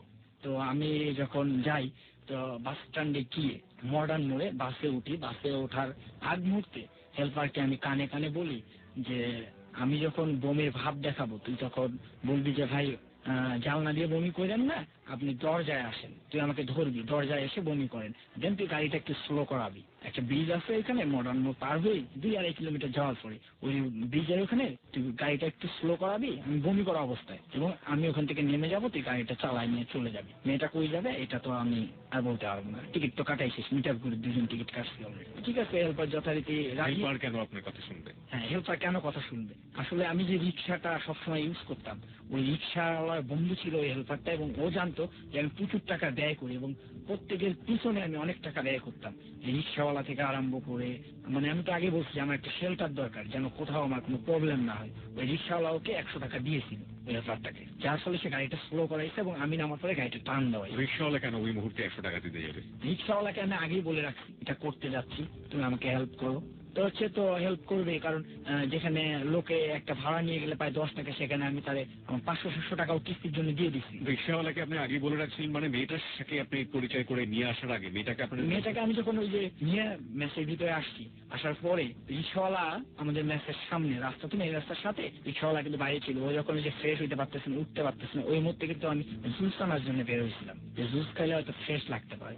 এই মুহূর্তে পরিচিত রিক্সাওয়ালাই তুই এখানে থাকিস, এরকম একটা মেয়ে আছে উঠাই দিতে হবে, আর মনে হয় বিপদ হতে পারে, তো তুই কিন্তু ওই এলাকাটা ছাড়িস না, আমি কিন্তু বাস থেকে নেমে তো রিক্সায় করে চলে আসবো, মানে ব্যাক করে আসবো। তো বলছে ঠিক আছে। তো রিক্সাওয়ালা যাইতে যাইতেই মেয়েটা তো প্রায় সেন্সলেস এরকম একটা অবস্থা। তো আমি বলছি যে হেল্পারে কিভাবে ম্যানেজ করা যায়, ওটা আমি দেখুন না, আপনি খালি বমি রিয়া করেন। এই পর্যন্ত আমার সাথে কথা হয়েছে। তো আমি দেন ওই যে গাড়িটা স্টার্ট করার পরে আমি ঘুমা করতেছি, তো হেল্পার বলতেছে ভাই ভিতরে বমি করেন না, আপনি একটু দরজায় আসেন। আমি দরজায় আসতেছি, আমি দেখতেছি দিদি আমার দিকে তাকায় আছে। আমি কিন্তু বুঝতে পারতেছি সে মানে ঘুমন্ত ভাব, কিন্তু আমার দিকে তাকায় আছে। তো তাকায় থাকার পরে আমি গাড়িটা বমি করতেছি, গাড়িটা চলতেছে, এই 1/2 কিলোমিটার গেছে, ওই ব্রিজটা চলে আসছে, গাড়িটা স্লো করছে। তো গাড়িটা স্লো হয়েছে, আমি আস্তে করে নেমে গেছি দরজা থেকে, আবার গাড়িটা টান দিছে। তো তারপরে মেয়েটার কি হয়েছে আমি আজ পর্যন্ত জানি না। এবং রাত 9টার দিকে তার ছোট বোন আমাকে ফোন দেয়, আবির ভাইয়া আপু তো আপনার কাছে গেছে, আপু এখনো বাসায় ফেরেনি। বলছি না, ওরা তো আমি 4টার মধ্যে বাসার এলাকা তোমাদের মিট আপ করে ছেড়ে আসছি, ওরা কিন্তু আমি এই মিথ্যাটা বলছি। বলার পরে আমি যে সিমটা দিয়ে কথা বলছি ওই সিমটা টোটালি বন্ধ করে দিই। এবং দেন আজ পর্যন্ত আমি জানি না ওই মেয়েটা কোথায় আছে, কেমন আছে, কি হয়েছে, কিচ্ছু জানি না। দুর্ধর্ষ এবং ভয়াবহ জীবন এবং জীবনের সময়। প্রিয় শ্রোতা, যাহা বলিব সত্য বলিবতে আজকে জীবনের এই অপরাধ, জীবনের এই ভুলগুলো যে অকপটে স্বীকার করছে তার নাম হচ্ছে আবির। আবির, ওই মেয়েটার কি হয়েছে তা আমরাও জানি না, কিন্তু যে কাজটি আপনি করলেন, বেশ কিছু প্রশ্ন আছে, বেশ কয়েকটি অ্যাঙ্গেল থেকে। প্রথম প্রশ্নটা হচ্ছে, আপনার বিবেক তখন কি আপনাকে সায় দিয়েছিল এই কাজটি করার জন্য? হ্যাঁ, আমি অন্যায় না করেও যদি শাস্তি পেয়ে থাকি তাহলে অন্যায় করলে দোষের কি? আপনার বিবেক তখন এটাই বলতো? হ্যাঁ, এটাই বলতো। এই বিবেকটাকে আমরা বলি ঘুমন্ত বিবেক। বিবেক যদি জাগ্রত হয় তাহলে বিবেকের বলার কথা ছিল এটাই, যে যে বান্ধবী, মৃত্যুর বান্ধবীর ভুল কেন সমাজের আরেকটা মেয়ে বহন করবে, সেই বিবেক কিন্তু আজকে ওর জেগেছে, এবং জেগেছে বলেই আজকে ও যাহা বলিব সত্য বলিবতে। আমরা বিশ্বাস করি প্রতিটি মানুষের মধ্যে ভালো মন্দ দুটিও মিলিয়ে মানুষ, এবং মানুষের বিবেক যখন জেগে যায় তখন সেই মানুষটি কখনো খারাপ কাজ করতে পারে না। এবং আমরা এটাও বিশ্বাস করি যে যাহা বলিব সত্য বলিব সেই বিবেক জাগানোর কাজটি করছে। আপনি আমাকে একটু বলেন তো, আপনি চাইলে, মানে যে মেয়েটিকে আপনি এই কাজটি করলেন, সে মেয়েটি চাইলে তো আপনার ওই রুমে বা আপনার এই মেসে আসতে পারতো, কারণ সে তো জায়গাটা চিনে গেছে। এটা তো আপনার মনের মধ্যে নিশ্চয়ই ছিল। হ্যাঁ, এটা আমার মনের মধ্যে ছিল, বাট আমি আসলে খুব দ্রুত রুমগুলো চেঞ্জ করতাম, ম্যাচ চেঞ্জ করতাম। ম্যাচ চেঞ্জ করার যে ব্যাপারটা, দেখা গেছে যে আমি ওই কলেজ পাড়ায় প্রায় 8 থেকে 9টা ম্যাচ চেঞ্জ করি 6-7 মাসের মধ্যেই। তো এক্ষেত্রে আসলে আমাকে আইডেন্টিফাই করা একটা রুম দেখে সম্ভব না। ওকে, তারপর এটা গেল আমার ফার্স্ট প্রতিশোধ নেওয়া। আমি অনেক বেশি হ্যাপি। এটা করার পর আপনার হ্যাপি ফিল হয়েছে? হ্যাঁ, অনেক বেশি হ্যাপি ফিল হয়েছে। দু একটা বন্ধু বান্ধবীও বললাম যে 72 ঘন্টার মধ্যে একটা মেয়ের পটায় দোস্ত আজকে এটা করে ফেলছি। আমি অনেক খুশি। আমার মনে হচ্ছে যে আমার আরো 29টা করা দরকার, তাহলে আমার 30,000 টাকার যে চাওয়াটা আছে এটা অন্তত কমবে। বা আমি যে মানে অভিশপ্ত হয়েছিলাম যে আমার একটা বদনাম হয়েছিল, সেটা হয়তো ঘুষবে এগুলা করলে। তো আমার ফ্রেন্ড সার্কেলরা তখন আসলে ওরাও তো ওরকম আমার মতো অত ডিপলি চিন্তা করতো না। ওরা বলতো ঠিক আছে পাচ্ছিস, চালায় যা, বা এরকম কিছু। মানে ওরাও কেউ আমাকে বাধা দিত, বা বাধা দিলেও হয়তো আমি শুনতাম না ওই মুহূর্তে। তো ওইটা তো আমার ছিল ফার্স্ট প্রতিশোধ নেয়া, আমার রাগের প্রথম বহির প্রকাশ। তো আমি তো আগে বলছি যে আমি অনেক বাউন্ডারি টাইপের ছিলাম, অনেক ঘোরাঘুরি করতাম। দ্বিতীয় বারে আমি আসলে পার্কে ঘুরতেছি, রংপুরে একটা পার্কে ঘুরতেছি। তো একটা মেয়ে একা বসে আছে, মেয়েটাও দেখতে অনেক সুন্দর। তো দেন আমার কেমন যেন মনে হইলো মেয়েটার সাথে একটু কথা বলা দরকার। তো মেয়েটার সাথে কথা বলতে গেলাম। তো কথা বলতে গিয়ে পরিচিত হইলাম ফার্স্ট টাইম যে আমি আবির, আমি পলিটেকনিকে পড়াশোনা করি। তো আপনি কোথায় থাকেন? এখানে অনেকক্ষণ থেকে দেখতেছি। তো সে বলতেছে ভাইয়া আসলে আমার বড় আপুর তো পরীক্ষা চলতেছে, তো উনি ভিতরে ঢুকছে পরীক্ষা দিতে, তো আমি 3 ঘন্টা কি করি, এই জন্য আমি পার্কে এসে বসে আসছি। আচ্ছা, বসে যখন আছেন তো কথা বলি। হ্যাঁ বলেন। তো তারপরে পরিচয় ভালোভাবে হলাম, কি করেন না করেন। মেয়েটা তখন ক্লাস 9-এ পড়তো। তো যাই খুব ভালোভাবে পরিচিত হয়ে গেলাম। হওয়ার পরে আমি বললাম যে আপনি ফোন ইউজ করেন কিনা। তো বলছে আমি তো ইউজ করি না, আমার ভাবি আছে, ভাবির নাম্বার আছে। ঠিক আছে, ভাবির নাম্বারটা আমাকে দেন। বলছে না, আপনাকে দিব না আমি ভাবির নাম্বারটা, আপনার নাম্বারটা আমাকে দেন, আমি যদি কখনো সুযোগ পাই আপনাকে ফোন দেই, তো কথা বললেন, আপনি ফোন দিয়েন না। ঠিক আছে, ওকে। তো তার সাথে এই পর্যন্ত আমার কথা হওয়ার পরে আমি চলে যাই। চলে যাওয়ার পরে ঠিক 2 দিন পরে শুক্রবারে আমি তার ফোন পাই। ফোন পাওয়ার পরে বলতেছে ভাইয়া আমি তো আজকে শহরের দিকে আসতেছি, পার্কের ওই জায়গাটায় আপনি কি আসতে পারবেন? তারপরে আসলো, আসার পরে কথা বলতেছি, কথা বলার এক পর্যায়ে বলতেছে যে ভাইয়া দেখেন আসলে আমি তো ভাইয়ের ফ্যামিলিতে থাকি, আমার আব্বু আম্মু মারা গেছে, আমি অনেক বেশি অসহায়। তো আসলে আমার ভাইয়া ভাবি আমাকে সেরকম ভালোবাসে না। তো আমি আপনার ভালো বন্ধু হই, আপনি আমার সুখ দুঃখে সবসময় পাশে থাকবেন। এটা বলছি যে তোমার মতো সুন্দর মেয়ে বন্ধু হইতে কে না চায়। দেন নেক্সট শুক্রবার আর কি, পরবর্তী শুক্রবারে আমাকে আবার ফোন দিল সকালবেলা। তো বলতেছে আবির আজকে আবার তুমি করে বলতেছে তোমার সাথে কি আজকে দেখা হবে? আমি বলছি হ্যাঁ হতে পারে, কিন্তু আসলে আমি তো একটু ব্যস্ত, কারণ ওই সময় আমার হাতে পাসপোর্টের অনেকগুলো কাজ বাকি ছিল, ফর্ম পূরণ থেকে আরম্ভ করে অনেকগুলো টাকা নেওয়া ছিল। আমি বললাম আমি তো অনেক বেশি ব্যস্ত আছি, তো তুমি যদি পারো তো আমি যেখানে থাকি এখানে চলে আসো। তো মেয়েটা না বুঝি, ক্লাস 9-এ পড়ে একটা মেয়েটা না বুঝি মানে ঠিক ওই কলেজ পাড়ায় চলে আসে আর একটা মেসে, এটা হচ্ছে আকিসাব চাওয়াস। তো চলে আসার পরে আমি তো আমার মতো ব্যস্ত, তো সে চলে আসার পর প্রচন্ড বৃষ্টি হচ্ছে, মানে সে যখন আসছে তারপরে প্রচন্ড বৃষ্টি হচ্ছে।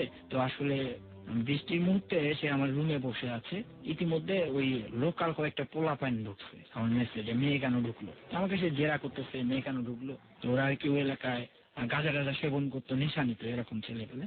আমি বললাম কি হয়েছে তাতে তোদের? বলতেছে না এটা তো ঠিক না। আমি বলছি কি ঠিক কি না এটা আমি বুঝবো, তোরা এখন যা। তো ওরা বলতেছে আমরা যাবো না। তো ওইখানে যার এলাকাটা ছিল ডন, ডন ছিল ওই কলেজ পাড়ার মানে স্থানীয় বাসিন্দা এবং মোটামুটি প্রভাবশালী। তো ডনকে ফোন দেই, ডন আমাকে আবার মামা বলে রাখতো। তো ও বললো যে ঠিক আছে ফোনটা ওদের কাউকে দাও। তো ওদের একজনের ফোন দেওয়া হয়, যখন ডন ফোন দিচ্ছে তখন আর ওরা ওখানে থাকে না। তো আমি সুমিরে বলি যে সুমি ঠিক আছে তুমি একটু বসো, আমি ফ্রেশ হয়ে আসতেছি, তোমার নিয়ে বাইরে বের হবো। বলছে ঠিক আছে।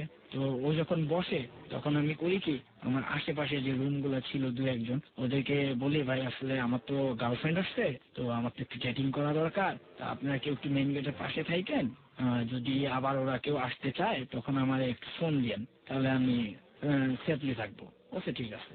তো মেসের ওই বাইরে আমার যথেষ্ট হেল্প করছে। তো ওরা তারা কি আপনার বয়সে সিনিয়র ছিল? সিনিয়র ছিল, সিনিয়র ছিল। সিনিয়র এরকম জুনিয়রকে তারা হেল্প করছে? হ্যাঁ ওইখানে অবস্থাটা এরকমই যে তাদের গার্লফ্রেন্ডকে আসলে আমি গেট পাহারা দিচ্ছি এরকম কিছুটা, তাদের গার্লফ্রেন্ডের সাথে আমি কথা বলছি, তাদের গার্লফ্রেন্ড মানে আপনারা একে অপরকে সহযোগিতা করছেন। হ্যাঁ, এবং এটা টোটালি মনে হইতো যে লাভার আর কি, গার্লফ্রেন্ড বা ভালো আসতেছে এটা ব্যাপার না আর কি, এরকম পর্যায়ে আর কি। তো ঠিক আছে তারা তো দাঁড়ায় আছে। আমি সুমিরে বললাম সুমি তুমি কি আমার সাথে সেক্স করবা?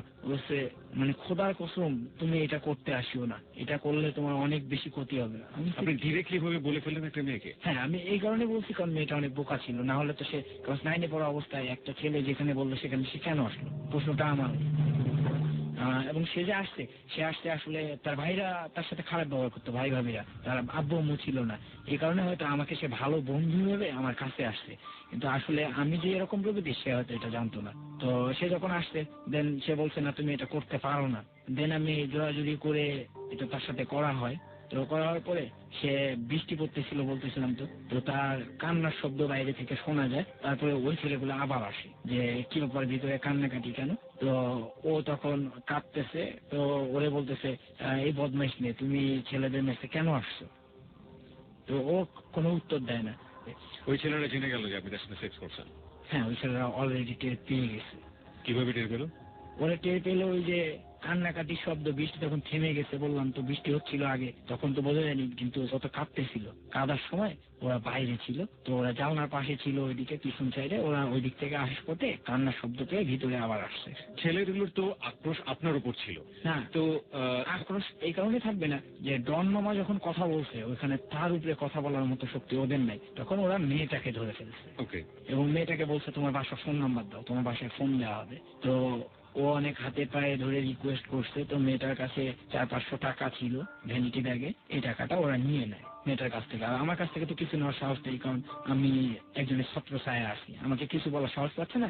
আর আমি ওই মুহূর্তে এত ফিলিংসে আছি যে ওইদিকে কি হচ্ছে আমি বুঝতে পারতেছি না। ওরা যদি জোর করে ওই মেয়েটাকে ওই মুহূর্তে রেপও করতো আমার মনে হয় আমি প্রতিবাদ করতাম না, মানে আমি আমার ফিলিংসে আছি। মানে আপনার ফিলিংস থেকে এরকম হচ্ছে যে আপনার 30 জনের টার্গেটে 2টো টার্গেট পূরণ হলো। হ্যাঁ আমি এই অবস্থায় আছি। প্রিয় শ্রোতা, আপনারা সবাই শুনছেন যাহা বলিব সত্য বলিব, জীবনের নির্মম এবং বাস্তব ঘটনার মুখোমুখি করে হচ্ছে যাহা বলিব সত্য বলিব। আজকে ও যে ঘটনাগুলো এখানে স্বীকার করছে, ওর মতো ভিকটিম এবং ও যাদেরকে এভাবে ভিকটিম বানিয়েছে, এরকম ভিকটিম সমাজে অনেকেই আছে। এই ঘটনাগুলো সমাজকে অনেক অনেক বেশি কলুষিত করে। আজকে ওর জীবন বোধের জায়গা থেকে, আজকে ওর বিবেকের জায়গা থেকে ও এখানে এসছে। আবির একজন মানুষ, ওর দ্বারা ভালো কাজ করা সম্ভব, ওর দ্বারা মন্দ কাজ করা সম্ভব। ও যে কাজগুলো করেছে সেগুলোর জন্য শাস্তি হবে কি হবে না সেটা আমরা অনুষ্ঠানের শেষে অবশ্যই জিজ্ঞাসা করব। কিন্তু ওর বিবেকের তাড়নাবোধ থেকে এখানে কেন এসছে সেই জায়গাটি থেকে আমাদের অনেক অনেক কিছু জানার আছে, সেটাও আমরা অনুষ্ঠানের শেষে জিজ্ঞাসা করব। এবং একই সাথে ও কেন আজকে সবার সামনে, লাখো মানুষের সামনে এই যে গর্হিত অপরাধ, এই দুর্ধর্ষ অপরাধ অপরাধ এটা স্বীকার করার সাহস পেল, সেটাও আমরা অনুষ্ঠানের শেষে ওকে জিজ্ঞাসা করব। যারা এখন বিরূপ মন্তব্য করছেন এবং ওকে একেবারে ধুয়ে ফেলছেন, তাদের সবার জন্য আমরা বলছি অনুষ্ঠানের শেষ পর্যন্ত আমাদের সাথে থাকবার জন্য। আপনারা সবাই শুনছেন যাহা বলিব সত্য বলিব। তারপর এটা ওরা যখন ওর কাছ থেকে টাকাটা নিয়ে চলে যায়, তো আমি ভাবলাম মেয়েটাকে তো আমার বাসায় পৌঁছাইতে হবে। দেন ওই যে আমার পরিচিত ওই রিক্সাওয়ালাটা, ওকে আমি ডাক দিই। তো ঠিক আছে, ও নিয়ে গেল। তো যাওয়ার সময় মেয়েটাকে আমি 200-300 টাকা দিই। ও মেয়েটা তখন আমারে বলছে যে তুমি এই কাজটা না করলেও পারতা, হয়তো কিছুদিন পরে আমি তোমার হয়ে যেতাম। তুমি যে কাজটা করলা এরপরে তোমার মুখ দেখাও পাপ। আমি বললাম ঠিক আছে, যদি সেটা পাপ হয় পাপ মনে করেই থাকো, ভালো থাকিও। এই কথাই তার সাথে আমার শেষ কথা। ওকে, তারপর দ্বিতীয় জন চলে গেল। এভাবে তৃতীয় জন হচ্ছে পলা আসলো। সেও রংপুর থেকে 12 কিলোমিটার দূরে। তাকে নিয়ে আসলাম। তাকে নিয়ে আসা হইলো, তার সাথে সেক্সটা করা হয়েছে আমার কোন একটা হোটেলে। তো হোটেলে আমার পারমিট দেওয়ার কথা না। আমি যেরকম দেখতে, আমাকে দেখে আপনি হয়তো বুঝতে পারতেছেন যে আমার হোটেলে পারমিট দেওয়ার কথা না, কিন্তু ওই যে আমি টাকার জোরে সবকিছু করে নিতাম। তারপরে বড় ভাইদের প্রভাব খাটিয়ে আমি সবকিছু করতাম, এরকম চিন্তা ভাবনা ছিল। আমি আরো 3-4 জনের সাথে সেক্স করি, যাদের নামগুলা আমি বলতে পারতেছি না। ওদের নামগুলো কি করে বলবো? আমার তো তাদের সাথে যেদিন ফার্স্ট সেক্স হয় তারপর আর কখনো ওই নাম্বারটাও আমি ব্যবহার করি না, তার সাথে যোগাযোগ করার চেষ্টাও করি না, বা আমি কখন কোথায় থাকতাম এটা কেউ কিছুই জানতো না। আপনি যে 3-4 জনের কথা বললেন, এদেরকে আপনি একইভাবে পটিয়েছেন নাকি আপনি? একইভাবে পটিয়েছি। কারো হাতে ধরেছি, কারোর সাথে বন্ধুত্ব করার জন্য পায়ে ধরেছি, কারো সরাসরি পায়ে ধরছি, এমন রেকর্ডও আছে। কার পায়ে ধরেছিল? পলা।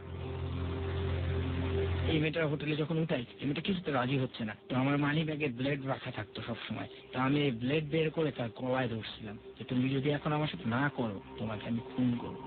বাধ্য হয়ে সে আমাকে সেক্স করতে দেয়।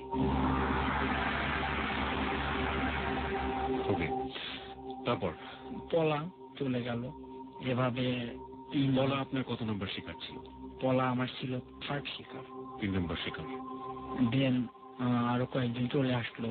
এর মধ্যে মৃত্যু চলে আসলো, সীমা চলে আসলো। এরপরে পিমা নামে আরেকটা মেয়ে আসলো। দেখতে সুন্দর ছিল না, কিন্তু বাবার টাকা পয়সা প্রচুর ছিল। তো এসব সময় বিয়ে করতে চাইতো, মানে সেক্স করার পর থেকে। তো এর সাথেও আমার দেখা হয়েছে কিন্তু জীবনে একদিন। মানে আমি যে 6-7 জনের কথা বললাম, এদের সাথে মানে কারোর সাথে 2 দিন দেখা হয়েছে, খুব ভুল করে সেটা। বাকিদের সাথে আমার একদিনই দেখা হয়েছে, একদিনই সেক্স হয়েছে, একদিনই শেষ হয়েছে। দ্বিতীয়বার তাদের দিকে তাকানোর মতো সময় আমার ছিল না। তারা হয়তো ট্রাই করে গেছে, কিন্তু আমি নাম্বারগুলো সবসময় বন্ধ করতাম। দেখা গেছে আমি কোনো নাম্বার 5-6 দিন 7 দিন, মানে আমার শুধু কাজ হওয়া পর্যন্ত রাখতাম, তারপরে ফেলে দিতাম।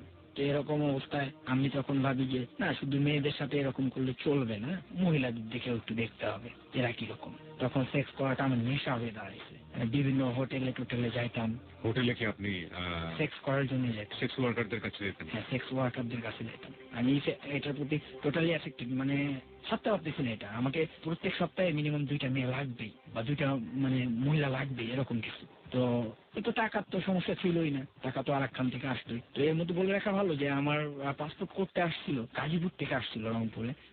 ওনার বাসাটা কুড়িগ্রামে ছিল। হাইড্রোক্সাইড গার্মেন্টস এর সুপারভাইজার ছিলেন এবং ওনার স্ত্রীর জন্য পাসপোর্ট করতে আসছিলেন অফিসিয়াল কাজে। ওনার স্ত্রীকে সিঙ্গাপুর পাঠানোর কথা। সে সময় পাসপোর্টটা ওনার খুব দ্রুত দেওয়ার কথা, 24 ঘন্টার মধ্যে আমরাও দিতে পারতাম টাকার বিনিময়ে, দিয়েও দিতাম। তো আসলে মিস্টেকের কারণে সেদিন হয়নি। তো ওনার হাজবেন্ডের অফিস আছে বিদায় ওনার হাজবেন্ড আমার নয়, ওনার ওয়াইফকে রেখে আসে। ওনার ওয়াইফের বয়স তখন মিনিমাম 32 এরকম হবে। আমার কাছে রেখে আসে যে ভাই আসলে তোমার আপুরে রেখে গেলাম, পাসপোর্টটা নিতে তো ওরে লাগবে, ওরে পাসপোর্টটা তুমি দিও, দিয়ে বাসে উঠাই দিও। তখন ঠিক আছে। তো উনি আবার হোটেল ভাড়া করে দিয়ে যায় যে এখানে ও থাকবে, ওনার ওয়াইফ থাকবে। তো আমি রাত 10টার দিকে ওই রুমে যাই। ওই রুমে গিয়ে আসলে তার সাথে আমার কোনো জোড়াজুড়ি করতে হয়নি, মানে সেক্সটা কোনো ব্যাপারই নয়। তা আমি আসলে এটা কোনো ফিলিংস পাই না। আমি তার কাছে গেলাম, তার কাছে গিয়ে বসলাম। তো বসে আমি বলতেছি আপু কি অবস্থা, দুলাভাই কি অবস্থা, হ্যান ত্যান বলার পরে গায়ে হাত দিচ্ছি। দেখছি যে তার কোনো মানে আমার প্রতি ক্ষোভ বা রাগ এরকম কিছু নাই, মানে সে সহজ সরল ভাবে নিচ্ছে ব্যাপারটা। তো জয়াদুরে কিস করতেছে, সেও কিস করতেছে, এরকম অবস্থা। আমি আসলে তার প্রতি কোনো মানে ফিলিংস পাইলাম না যে আসলে। তো তার সাথে করা হইলো। তারপরে কলেজ পাড়ায় যে পাড়াটায় থাকতাম ওখানকার সুন্দর মহিলাদেরকে টার্গেট করে করে তাদের সাথে সম্পর্ক তৈরি করতাম। হয়তো কাউকে ফোনে, কাউকে সরাসরি, কাউকে শাশুড়ি বানাইতাম, বা কাউকে খালা বলে ডাকতাম, ডেকে ভালো একটা সম্পর্ক তৈরি করতাম। তৈরি করে দেখা গেছে তার বাসায় অবাধে যাতায়াত করতাম, যাতায়াতের সুবাদে তার সাথে সেক্স করতাম। তো এরকম জায়গা থেকে যখন আমি অপরাধগুলো করে যাচ্ছি, মানে একের পর একটা মেয়ের সাথে সেক্স করে যাচ্ছি, মহিলার সাথে সেক্স করে যাচ্ছি, তো করতে করতে আমি ফেসবুক চালানো শিখি। কত সালে এটা? এটা 11 শেষের দিকে। তো ফার্স্ট টাইম তো বুঝতাম না, ভুল হয়ে যেত। তো এরকম একটা পর্যায়ে আমার ফেসবুকে একটা মেয়ের সাথে ফ্রেন্ডশিপ হয়। তার কোনো প্রোফাইলে ছবি ছিল না, শুধু কন্ট্যাক্ট নাম্বারটা ছিল। মেয়েটার বাড়ি যশোরে। তো তাকে আমি ফোন দিই। তো ফোন দেওয়ার এক পর্যায়ে, সেটা অবশ্য খুব বেশি দিন হবে না, 12 সালের মে মাসের দিকে তাকে আমি ফার্স্ট ফোন দিই। তখন তার ইন্টারমিডিয়েট পরীক্ষা চলতেছিল। কথা চলার এক পর্যায়ে তার পরীক্ষাগুলো শেষ হয়ে গেল জুনে। তো শেষ হয়ে যাওয়ার পরে তার সাথে আমার ফ্রেন্ডশিপ হয়ে গেল ফোনে। তাকে কিন্তু আমি দেখি নাই, বাট সে আমার প্রোফাইল পিকচার দেখছে। সে আমার কাছে বলছে যে আমি দেখিনি, বাট আমার মনে হয়েছে আমার ফ্রেন্ড রিকোয়েস্ট অ্যাকসেপ্ট করছে, তো আমার তো প্রোফাইল পিকচার আছে, তো কাজে সে আমার দেখছে। তো তার সাথে আমার ফ্রেন্ডশিপ হয়ে যায়। হওয়ার পরে তার গল্প আমি শুনি যে সে কি করে না করে। তো সে তো পরীক্ষা দিচ্ছে, সব তো বলি।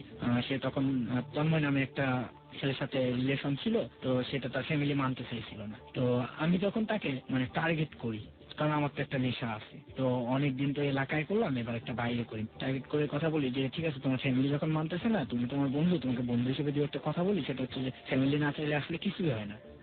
সে ব্রেকআপের সিদ্ধান্তটা নেয় যে ওর সাথে ব্রেকআপ করবে, যেহেতু তুমি এই ফ্যামিলি চাচ্ছে না। এই ছেলেটার সাথে আপনার সম্পর্কে কি সে জানতো যে আপনি আপনার কোন রিলিজিয়ন? না না না, সে জানতো না। মেয়েটার রিলিজিয়নটা আপনি জানতেন? হ্যাঁ, মেয়েটার সম্পর্কগুলো আমি জানতাম। ছেলেটা তাকে ব্রেক করে ব্রেক যদি আমি না করাই, তাহলে তো আমি ওর সাথে সম্পর্কে জড়াই যেতে পারবো না। কিন্তু আপনার কথা শুনেই কেন মেয়েটা ছেড়ে? আচ্ছা, আমি তাকে অনেক ভালো ভালো মানে গল্পগুলা বলতাম যে আসলে আমি তো অনেক ধান্দাবাজ টাইপের ছিলাম। দেখা গেছে যে কিভাবে পটাইতে হবে ওরে আমি বলতাম যে কেন মানতে যাচ্ছে না, এই জন্য ছেলেটা 3 বার এসএসসি পরীক্ষা ফেল করে। তো এটা আমি একটা বিশাল ইস্যু পাই। তুমি ইন্টারমিডিয়েট পাস করছো, আর তুমি যাকে পছন্দ করো সে 3 বার এসএসসি পাস করতে পারতেছে না, সে তোমার জুনিয়র হয়ে যাচ্ছে। এটা কি করে ফ্যামিলি মানবে? তোমার মতো একটা ভদ্র মেয়ে কি করে এই ভুল কাজটা করে? সবসময় আপনি ডিমোটিভেট করতেন তাকে? হ্যাঁ, তাকে ডিমোটিভেট করতাম, এটা করতাম। এবং ও জানতো যে আমি মোটামুটি একটু বাউন্ডুলে টাইপের। এতটা খারাপ সেটা জানতো না, যে আমি সিগারেট টিগারেট খাইতাম একটু, তারপরে ঘোরাফেরা বেশি করতাম, এগুলা সে জানতো। পড়াশোনা কম। এটা জানার ফলে সে আমাকে ভালো হওয়ার মতো অবস্থায় নিয়ে আসা শুরু করে এবং ধর্মীয় অনুশাসনগুলো মেনে চলতে বলতো, বিভিন্ন অনুষ্ঠানগুলো মেনে চলতে বলতো। ঠিক আছে, তারপর তার কথায় এত বেশি দুর্বল হয়ে পড়া শুরু হয়। তার কথা মানে এত মানে আমার ভালো লাগা শুরু হয় যে তার কথাগুলো প্রত্যেকটাই আমি মানা শুরু করে দিই। তার প্রতি যে সেক্স করতে হবে বা তাকে যে ট্র্যাপে ফেলতে হবে, বারবার আমরা এই শব্দটা ইউজ করছি, সেক্স।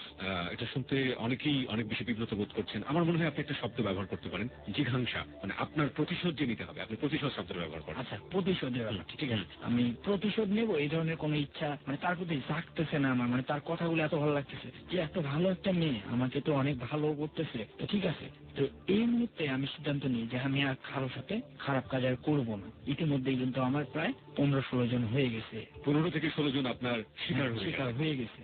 দেন 16 বা 17 নাম্বার এই মেয়েটা, তো সে আমাকে ভালো করতেছে।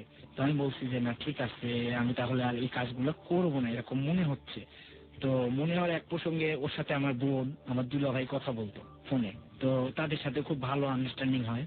আন্ডারস্ট্যান্ডিং হওয়ার পরে আপনার বোন এবং দুলাভাই তাদের সাথে কথা বলতো এই মেয়েটার সাথে, কারণ এই মেয়েটা অনেক বেশি ভালো। এই যে বললাম, তখন আমি মানে সবকিছু রেগুলারই শুরু করি। দেখা যায় আগে যেমন বাসায় ফিরতাম দেরিতে, বা মানে নেশা টেশা হালকা সিগারেট খাইতাম বা গাঁজা খাইতাম, এই নেশাগুলো। আমার একটা জিনিস আমি বুঝতে পেরেছি আপনার কাছ থেকে, যে আপনি মেয়েটার প্রতি দুর্বল হয়ে যাচ্ছেন। দুর্বল হয়ে, এবং আপনি ভালো কাজে উৎসাহিত হচ্ছেন তার দ্বারা, ঠিক আছে। এবং এই যে 15-16টা সম্পর্ক আপনি করলেন এর আগে, এই 15-16টা সম্পর্ক কোনো সম্পর্কই আপনি পারিবারিক ভাবে নিয়ে আসেননি? পারিবারিক ভাবে আমি কাউকে জানাতেন না এবং পরিবারের মধ্যে জিনিসগুলো আসতো না। কিন্তু এই প্রথম একটা মেয়ে আখি, যার সাথে আপনার রিলিজিয়নের মিল রয়েছে, এবং তাকে আপনি পারিবারিক ভাবে পরিচয় করিয়ে দিলেন। কিন্তু আমি তখনও তাকে দেখিনি। তখনও আপনি তাকে দেখেননি? না। এটা আপনি কেন করলেন? আচ্ছা, এটা আমি কেন করলাম, তার কথা শুনে আমার এত বেশি ভালো লাগছে যে তার সাথে আমি দিনে প্রায় 14 ঘন্টা কথা বলতাম প্রতিদিন। তার তো পরীক্ষা শেষ, 14 থেকে 15 ঘন্টা কথা বলতাম 14 থেকে 15 ঘন্টা যদি কথা বলতেন, তাহলে ঘুমোতেন কখন, খেতেন কখন? বা আসলে আপনি রেশিওটা বলছেন যে আপনি সবসময় তার সাথে কথা বলতেন, তাই তো?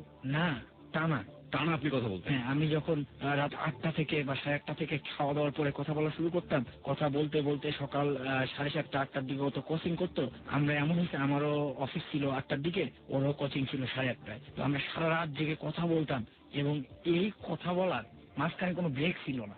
আমরা কথা বলেই যেতাম, সারা রাত জাগতাম, জেগে পরের দিন যে যার কাজে চলে যেতাম। ও কোচিং এ যেত, আমি আমার অফিসে চলে যেতাম। এবং এই মুহূর্তে মানে আমি কেন বলছি, অফিস মানে পাসপোর্টের অফিস না অফিস মানে অফিস মানে তখন আমি ঢাকায় চলে আসি। ওই যে বললাম যে ধর্মীয় অনুশাসনগুলো মানতেছি, তখন আমি খারাপ কাজগুলো বাদ দিব। এই মুহূর্তে আমি আসলে মিস্টেক করে ফেলছি, যে আমি বলিনি। এই মুহূর্তে আমি রংপুর ছেড়ে দিয়ে ঢাকায় চলে আসি। আপনি ঢাকায় চলে আসলেন কিভাবে, এটা আমাদের শ্রোতাদেরকে একটু পরিষ্কার করুন। আচ্ছা, আর অফিসের ব্যাপারটা একটু পরিষ্কার করুন, তারপর আমরা এই প্রসঙ্গে ফিরছি। আমার যখন ফেসবুকে পরিচয় হওয়ার পরে ও তো আমাকে ভালো ভালো কথা বলতেছে, তো আমিও তো ওইদিকে পড়াশোনা বাদ দিয়ে নানান কাজে ব্যস্ত। তো আমি তখন আমার যে বন্ধুলা ভাইয়ের কথা বললাম, ওরা কিন্তু এখানেই থাকে, ঢাকায় থাকে। ওরা চাকরি করে, আমার বোন স্কুলে চাকরি করে, দুলাভাই একটা মাল্টি ন্যাশনাল কোম্পানিতে। দুলাভাইয়ের সাথে আমার আন্ডারস্ট্যান্ডিং ভালো থাকার ফলে আমি তাকে বলি যে দুলাভাই আমার তো সমস্যা, আমার ঢাকায় একটা জব টব দেওয়া যায় না? তো উনি আমারে বলে যে ঠিক আছে, তুমি ঢাকায় চলে আসো, জবের ব্যবস্থা আমি করে দিব। তখন আপনি কিসে পড়েন? তখন তো আমি পলিটেকনিকে ওই তো ভর্তি হয়েই আছি। মানে আপনার পলিটেকনিকে তো কত বছরের কোর্স ওটা? একটা 4 বছরের কোর্স। কোন বছরে ছিলেন আপনি সেই মুহূর্তে? আমি সেই মুহূর্তে ছিলাম 3rd year. This track was downloaded from FusionBD.com. ওকে, আমি যেটা আপনি বলছিলেন যে ওই মেয়েটির জন্য আপনি ঢাকায় আসার প্ল্যান করলেন, পরিকল্পনা করলেন, তারপর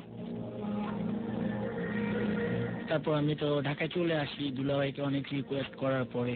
আর এই খারাপ পথে থাকা যাবে না, রংপুরে থাকলে আমার চেনটা আরো বেশি মানে বড় হয়ে যাবে। পলিটিক্যাল ব্যাপারগুলো আছে, তারপরে আপনার পাসপোর্ট অফিসের যে ব্যাপারগুলো আছে, ইভেন অন্যান্য কলেজে ভর্তির যে ব্যাপার। এই জন্য আপনি ঢাকার পথে পা বাড়ালেন যে আপনাকে এই চেনটা থেকে বের হতে হবে। চেনটা থেকে বের হতে হবে। ওকে প্রিয় শ্রোতা, একটা বিবেক বোধ কিন্তু আমরা এখানে টের পেলাম যে কেউ একজন এই বিবেকটাকে জাগিয়ে দিয়েছে। আপনি কি আখির কাছে স্বীকার করেছিলেন সেই মুহূর্তে যে আপনি এই কাজটি করছেন? না, আমি তখনও আপনি স্বীকার করেন? আমি আখির কাছে তখনও স্বীকার করিনি। তো আমি ঢাকায় চলে আসলাম, জব শুরু করলাম মাত্র 5 লাখ টাকায়। ওকে, দেন খুব ভালো চলতেছিল। 5,000 টাকা পাইতাম, থাকা তো অফিসের কোয়ার্টারে, খাইতে 2 থেকে 2,500 টাকার মতো যাইতো টোটাল। একটা কথা বলে রাখা ভালো যে সেই মুহূর্তে আমি কিন্তু সিগারেট খাওয়াটাও ছেড়ে দিচ্ছি। ঠিক আছে, তো আপনি যে 5,000 টাকায় জবটা পেলেন, এটা কিসের জব ছিল? এটা ছিল কোস্ট বাংলাদেশ লিমিটেডে উইন্ডিং করা। আর আপনি যে ঢাকা লাইফে আসলেন, সেখান থেকে ফিরে গিয়ে কি আপনার রংপুরে ফাইনাল পরীক্ষাটা দেওয়া সম্ভব ছিল? হ্যাঁ, সম্ভব ছিল। ওকে, তার মানে এখানে একটা কনফিউশন আমাদের ছিল যে লেখাপড়াটাকে সে বন্ধ করে দিচ্ছে কিনা, সেই কনফিউশন থেকে আমরা বের হতে পারলাম। তারপর?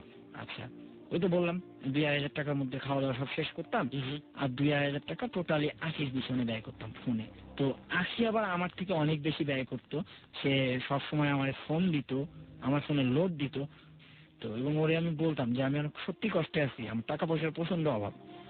তো সে যখন তাকে যখন দেখিনি বা তার সাথে আমার রিলেশন শুরুই হয়নি, ভালোবাসার যে সম্পর্ক এটা শুরুই হয়নি, তার আগেই সে আমার পিছনে মিনিমাম 20 থেকে 25,000 টাকা খরচ করে 2-2.5 মাসে। টোটাল খরচটা সে বেয়ার করে। তো দেন আর কি তন্ময়ের সাথে তার ব্রেকআপটা হয়ে যাওয়ার পরে তো আমি তখন তাকে প্রপোজ করি। কারণ আমি জানি একটা রিলেশন ভাঙার পরে যদি প্রপোজ করা যায় বা তাকে যদি সঙ্গ দেওয়া যায়, সে অবশ্যই রাজি হবে। এই ধারণা থেকে আমি তাকে প্রপোজ করি। তো সে রাজি হয় একটা কন্ডিশনে, তার আন্টিরা যদি মেনে না নেয় তাহলে কিন্তু মানে বিয়ে করতে সে আমাকে পারবে না। তার আন্টিদেরকে আমার ম্যানেজ করতে হবে, সেটা এনি হোক। তো ম্যানেজ করতে হবে, এরকম কন্ডিশনে দিন খুব ভালোই যাচ্ছিল। আমি আখি ছাড়া দ্বিতীয় কোনো মেয়ের সাথে কথা বলতাম না ওই সময়টাতে? হ্যাঁ, সেটা হচ্ছে আপনার 2012 জুনের পর থেকে আমি কোনো মেয়ের সাথে কথা বলতাম না। এর কিছুদিন আগে আমার আব্বার ক্যান্সার ধরা পড়ে, সেটা হচ্ছে ফেব্রুয়ারির 17-18 তারিখ এরকম হবে। তো আমি মহাখালী ক্যান্সার হাসপাতালে তার ট্রিটমেন্ট করানোর জন্য নিয়ে যাই।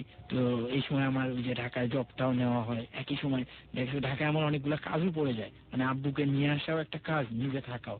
এই ব্যাপারগুলোর কারণে ঢাকায় আসা আমার ভালো হয়ে ওঠে যে আমি আসলে তখন খারাপ কাজগুলো আমার মাথার মধ্যে আসতেছে না, আর আখি টোটালি আমাকে সঙ্গ দিচ্ছে। এই কারণে আমি খারাপ কাজগুলো থেকে টোটালি বিরত হয়ে যাই। বিরত হওয়ার পরে আখির সাথে আমার রিলেশনটা শুরু হওয়ার এক পর্যায়ে আমার চেয়ে আমার দুলাভাইয়ের সাথে কথা বলতে বেশি। সে আমারে কিছু না জানায় আমার দুলাভাইয়ের কাছে আখির ছবি পাঠায়, যেটা দুলাভাই আমাকে বলছে। দুলাভাই আমারে বলছে যে কি অবস্থা, আখি কই? আমি বলছি আখি তো আখির জায়গায়। বলছি কি দেখা টেকা হবে না? দুলাভাই আমার সাথে ফান করতেছে। আমি বলছি হ্যাঁ, ও যদি কখনো চায় দেখা হবে, ও যদি না চায় দেখা হবে না। তো এরকম অবস্থায় আখির সাথে দেখা করার জন্য দুলাভাই আমার আখির ছবিগুলা দেখায়। দাঁড়ান দাঁড়ান, তার আগে কি আপনার আখির সাথে দেখা হয়নি? আমার আখির সাথে দেখা হয়নি। কতদিনের কথাবার্তা চলছে, মানে সময়টা কতদিন হয়েছে? 4 মাস। 4 মাসের মধ্যেও আপনি তাকে দেখতে চাননি? আমি দেখতে যাইনি, শুধু তার কথার উপরে ভিত্তি করে সে আমাকে একটা কথা দিচ্ছে, সেটা হচ্ছে যে তার যদি রেজাল্ট হয়ে যায়, সে তো ইন্টারমিডিয়েট পরীক্ষা দিচ্ছে, রেজাল্ট হয়ে গেলে সে কোচিং করার জন্য খুলনা শহরে যাবে যশোর থেকে। তো দেন যদি দেখা করি তাহলে অনেক বেটার, সে আমাকে সময় দিতে পারতেছে। আর যদি এখন আমি যাই তাহলে হয়তো রাস্তায় দাঁড়িয়ে আমাকে দেখবে, আমিও দেখবো, কথা হয়তো বলতে পারবো না। তো আমি এই জন্যই ওয়েট করতেছি, কারণ তার প্রত্যেকটা কথাই আমি মেনে চলতাম, এটা তো আগেই বলছি আপনারা। আমি যাই হোক, তারপরে আপনি আপনার দুলাভাইয়ের কাছ থেকে আর ছবি পেলাম। ওকে, কিভাবে পেলেন? কি হলো ঘটনাটা? ঘটনাটা এরকম, দুলাভাই তাকে বলছে যে আবিরের তো জন্মদিন, তো আমি আবিরের একটা স্পেশাল গিফট দিব, সেই গিফটটা হতে পারে তোমার পিকচার, যদি তুমি দিতে চাও। আর না চাইলে জোর করবো না, কারণ ও তোমাকে জোর করে না, আমি করব কি করে। তো বলছে যে না ঠিক আছে দুলাভাই, আপনি যখন চাইছেন, ওরে আপনি আগে কখনো বললেন না বা দেখাইন না। তো বলছে ঠিক আছে, এই জন্য দুলাভাইয়ের কাছে ছবিটা পাঠানো হয়। তো ছবিটা দুলাভাই নিয়ে আমাকে দেয়। তো দেখার পরে ছবিটা আসলে আমার অতটা ভালো লাগেনি, মনটা একটু খারাপ হয়ে যায়। তখন আপনার আমি গাজীপুরে ছিলাম, তো গাজীপুরে রথযাত্রা মেলা চলতেছিল, তো ওই মেলায় যাই। তো আমার সব বোনদের জন্য গিফট কিনি, তারপর আমার ছোট খালা ছিল, তাদের জন্য গিফট কিনি। তো এই মতো আখির জন্য একটা গিফট কিনি, মানে পছন্দ হয়নি, তারপরে ওর জন্য একটা ভ্যানিটি ব্যাগ কিনি আমি, যেটা আমি তো যাবো নেক্সটে, গেলে ওকে দিয়ে আসবো। তার যে আমি যে ভালো হয়ে যাচ্ছি, মানে আমি যে সিগারেট টিগারেট খাইতাম এগুলো কমাই দিচ্ছি বা খাচ্ছি না, এটা আপা দুলাভাইরা বুঝতে পারতেছে। তো আমি টাইমলি বাসায় ফিরতেছি, টাইমলি খাওয়া দাওয়া গোসল এগুলা করতেছি, মানে বাউন্ডুলে লাইফটা থেকে আমি চলে আসি। তারপরে আরো 1-1.5 মাস পরে তো তার সাথে দেখা করার একটা ডেট করি আমি। তো প্রথম ডেটটা আমার মিস হয়ে যায়, মানে তার সাথে কন্ট্যাক্ট হয় না। দেখা করবো এরকম সময় তার ফোন অফ, বা আমি বের হচ্ছি, আমি যদি রেল স্টেশনে গেছি কিন্তু তার ফোন অফ। আমি আর ভয়ে যাই না, যে কোনো মানে আমার মধ্যে তো একটা ভয় কাজ করে সব সময়, যে আমি তো অনেক বেশি অন্যায় করছি, এ তো আমার সাথে অনেক ভালো ব্যবহার করছে, আমিও তো অনেকের সাথে এরকম ভালো ব্যবহারই করতাম। এই ভয়টা আমার মধ্যে কাজ করে, যে সেহেতু আমার সাথে অনেক ভালো ব্যবহার করতেছে, সে এরকম কিছু করবে না তো। মানে নিজের দোষে দোষী, আমি একটা কথা তো বলেই আছে। দেখুন, ও যে কাজটা করেছে মানুষের সাথে, একইভাবে ও পুরো দুনিয়াটাকে ঠিক একইভাবেই সন্দেহ করছে। হ্যাঁ, তারপর তো ইতিমধ্যে ওর রেজাল্ট হয়ে যায়। রেজাল্ট হয়ে যাওয়ার পরে ও আর কি খুলনায় চলে যায় কোচিং করার জন্য। তো কোচিং করার জন্য যখন যায়, তারপরে ওর অ্যাপেন্ডিক্সের ব্যথা ওঠে। তো আমি যখনই দেখা করতে যাই বললাম যে একটা না একটা বাধা চলে আসে। আমি সেদিন দেখা করতে যাব, আমি ডেটগুলো বলতে পারতাম।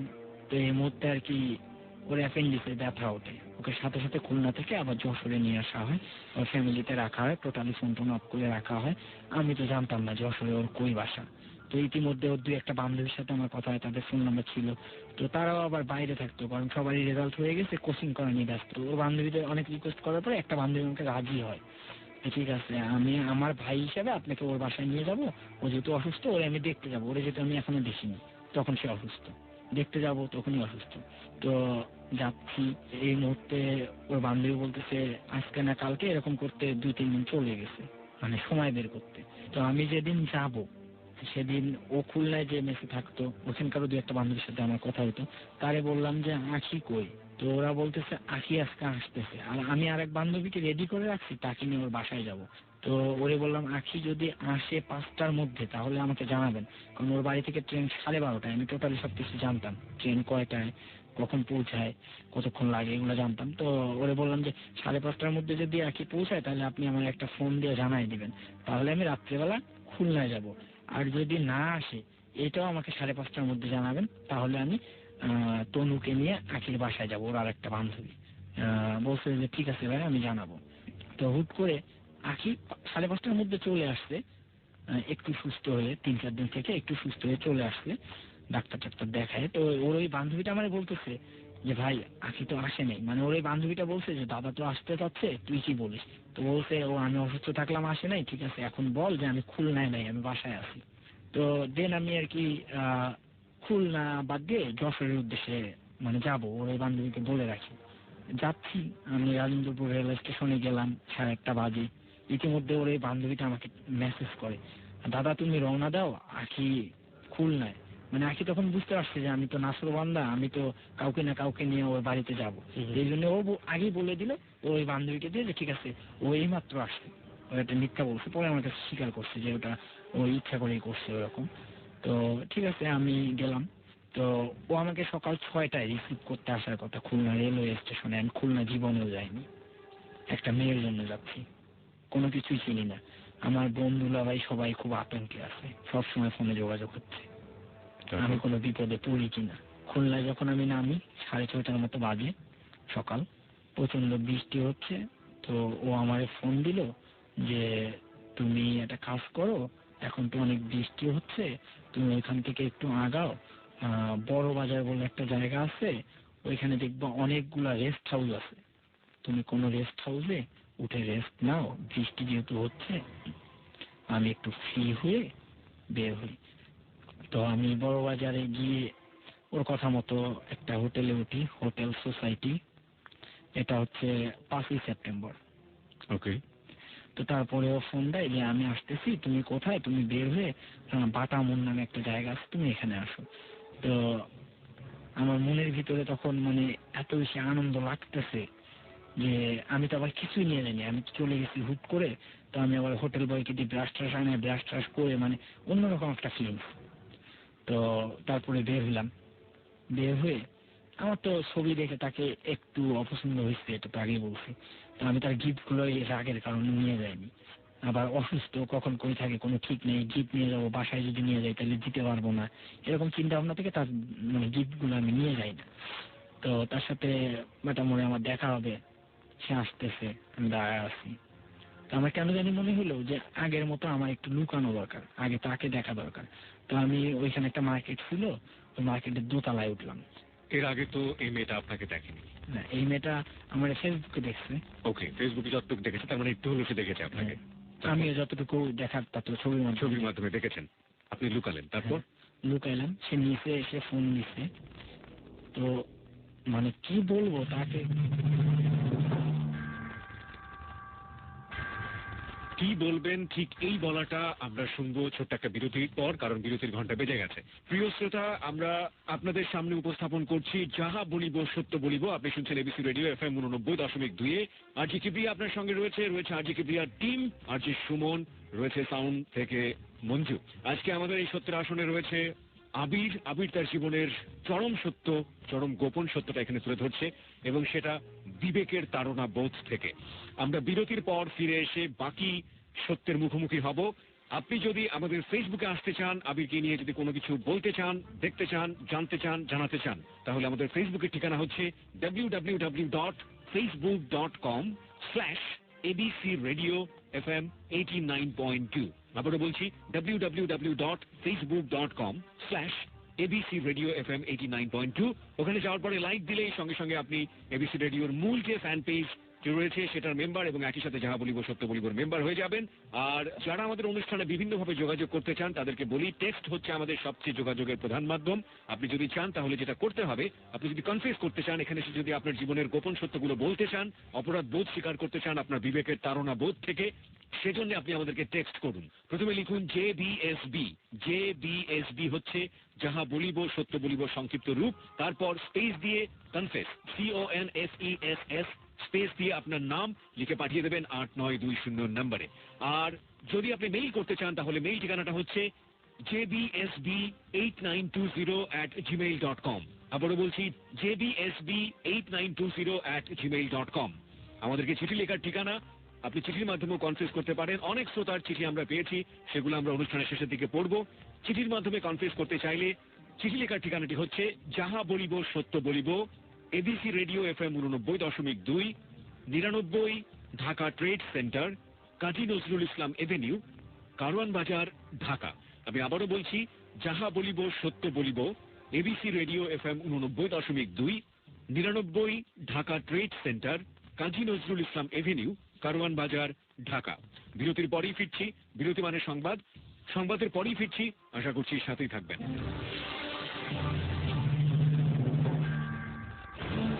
যাহা বলিব সত্য বলিব।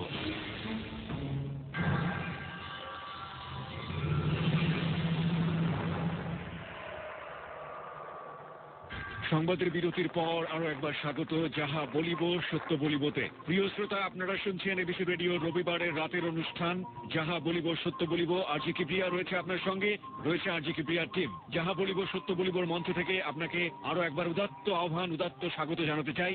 যারা আমাদের অনুষ্ঠানের সাথে আছেন তাদেরকে আন্তরিকভাবে ধন্যবাদ। আমরা আবিরের গল্পে আবিরের সত্য বলা সাহসের কাছে ফিরে যাবার আগে আপনাদেরকে আরো একবার মনে করিয়ে দিতে চাই, যাহা বলিব সত্য বলিব এমন একটি মঞ্চ, এমন একটি আসন রেখেছে আপনার জন্য, যে আসনটি আপনি আলোকিত করতে পারেন আপনার জীবনের যে কোনো ভুল। আপনি যদি আপনার বিবেকের তাড়না বোধ থেকে মেনে নেন যে আপনি সেই ভুলটি করেছেন এবং সেই ভুলটি করবার পর আপনাকে প্রতি মুহূর্তে বিবেক আপনাকে শাস্তি দিচ্ছে, এবং আপনি যদি বিশ্বাস করেন এই ভুলটি যদি আপনি তুলে ধরেন, তাহলে সমাজের আরো 10টা মানুষ যারা আপনার মতো ভুলটা করতে পারত, তারা আপনার পরিণতি দেখে আর ওই ভুলের পথে পা বাড়াবে না। তাহলে আপনার জন্যই আমাদের এই অনুষ্ঠান যাহা বলিব সত্য বলিব। আসুন আমাদের কাছে, আপনার কথা আমরা লাখো মানুষের কাছে পৌঁছে দেব। আমাদের কাছে আসার নিয়মটা হচ্ছে আপনি টেক্সট করবেন। টেক্সট করার নিয়মটি হচ্ছে প্রথমে লিখবেন JBSB, যাহা বলিব সত্য বলিবার সংক্ষিপ্ত রূপ JBSB, তারপর একটি স্পেস দিয়ে লিখবেন কনফেস, CONFESS, স্পেস দিয়ে আপনার নাম পাঠিয়ে দেবেন 8920 নম্বরে। আমরা চলে যাচ্ছি আবারও আবিরের কাছে। আবির, আমরা যে জায়গাটিতে ছিলাম, যে আপনি বলছিলেন যে একটা লুকোচুরির ব্যাপার। হ্যাঁ, আমি একটা শপিং মলের দোতলায়, আর ও নিচে এসে ফোন দিচ্ছে। তো আসলে কি বলবো এরকম পর্যায়ে, যে কি বলবো, মানে মেয়েটা আসলে এত বেশি সুন্দর ছবিতে, যেটা কখনো মনে হয়নি। তার মানে আমার তখন মনে হয়েছে যে আমি যে সবকিছু বাদ দিয়ে দিছি, আসলে এটা আমার সার্থক হলো আসলে। ওকে, আপনি সৌন্দর্য দেখেই বিমোহিত হয়ে গেছেন। আপনার ক্ষেত্রে মনের মধ্যে যেভাবেই কাজ করেছে, এখানে এথিক্সের কোনো জায়গা নেই। আপনার মনটা ভাবে কাজ করেছে, আপনি এভাবেই বিলিভ করেছেন। তার মানে আপনি এত যে পরিশ্রম করেছেন, সেটা আপনার মনে হয়েছে ওই সৌন্দর্য দেখার পরেই সার্থক, তাই তো? হ্যাঁ, ওকে, তারপর? মানে আমি সবকিছু যে ছেড়ে দিছি খারাপ কাজগুলা, যে এই মেয়েটার কথাই তো আমি মোটামুটি সব ভালো হয়ে গেছি, সিগারেট খাওয়া ছেড়ে দিছি, তারপরে দেন মেয়েদের প্রতি যে একটা ক্ষোভ ছিল এটা কমে গেছে বা নাই, তাকে দেখে মানে আমার মনে হয়েছে যে সবকিছু বাদ দেওয়া আসলে আমার জন্য অনেক ভালো হয়েছে। এ থাকতে আমি এত কিছু কেন করতে যাব, এরকম মনে হয়েছে। তো এরকম মনে হওয়ার একটা পর্যায়ে আমি তখন দোতলা থেকে নেমে আসি সামনে, তার সাথে দেখা হয়।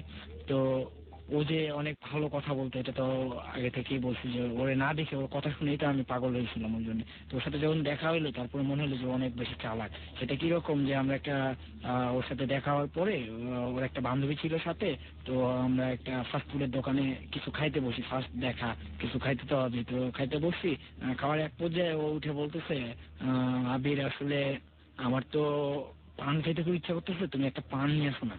তো আমি তো মানে ওর সব কথাই শুনি, সেক্ষেত্রে আমি আসলে তাড়াতাড়ি ফাস্ট ফুড থেকে বের হয়ে পান আনতে গেছি। তো পান আনতে যাওয়ার মধ্যে ইতিমধ্যে আমরা যে খাবারগুলা খাইছি সবগুলোর বিলটা সে পে করছে। আসলে পান খাওয়াটা তার মূল উদ্দেশ্য ছিল না, উদ্দেশ্য ছিল বিলটা পে করা। ওকে, তো ওইটা দেখে তো মনে হচ্ছে যে সে আরো বেশি চালাক। তো তখন তাকে আমি ইশারা দিয়ে আসলে, তোমার সাথে তো আমার আজকে ফার্স্ট দেখা হচ্ছে, এই 6 মাস ধরে তো ফোনে শুধু কথাই বললাম, দেখলাম বসবো না। বলছে হ্যাঁ বসবো, তো ঠিক আছে কোথায় বসবো? আমি বলছি যে হোটেলেই বসি, যে হোটেলে বসছি। তো বলে রাখা ভালো যে তার আগে আমি হোটেল ম্যানেজারকে বলে রাখছিলাম যে আমার মেয়ে গেস্ট আসতে পারে। তো তারা ওইভাবে ব্যাপারটা স্বাভাবিকভাবে নিচ্ছে। তো স্বাভাবিকভাবে নেওয়ার ফলে দেখা গেছে যে রুম রেন্ট আমার কাছে ডাবল রাখা হয়েছে, মেয়ে গেস্ট আসবে বিদায়। তো আখির বান্ধবীরা বলে যে ঠিক আছে তুমি তাহলে কোচিংয়ে যা, আমি আবিরের সাথে একটু সময় দিই, কারণ ও আসছে এত দূর থেকে, আর টোটালি ওর জন্য আমার বের হওয়া। তো আখিরে নিয়ে আমি হোটেলে গেলাম।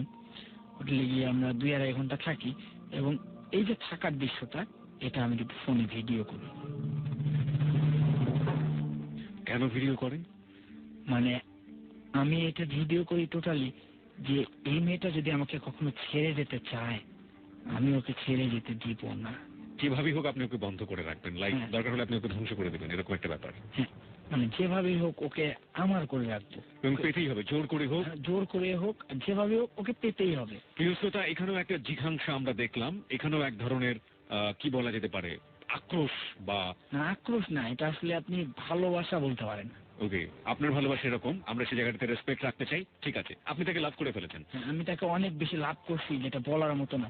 তো আমি যখন ভিডিওগুলো করতেছি, সে বলতেছে লাইট বন্ধ করো বা এই ধরনের কথাগুলো বলতেছে। আমি বলছি না, তোমার আমার ভিডিও মানে কি আপনি নর্মাল ভিডিও করলেন নাকি আপনি তার সাথে শারীরিক সম্পর্কে গেছেন সেটা না video না করলেন? না, আমার আসলে সবচেয়ে যেটা বড় ভুল, তার সাথে আমার কোনো শারীরিক সম্পর্ক সেদিন হয়নি। তাকে কিস করা বা জড়ায় ধরে শুয়ে থাকা, এগুলা ভিডিও করে রাখতেছিলাম।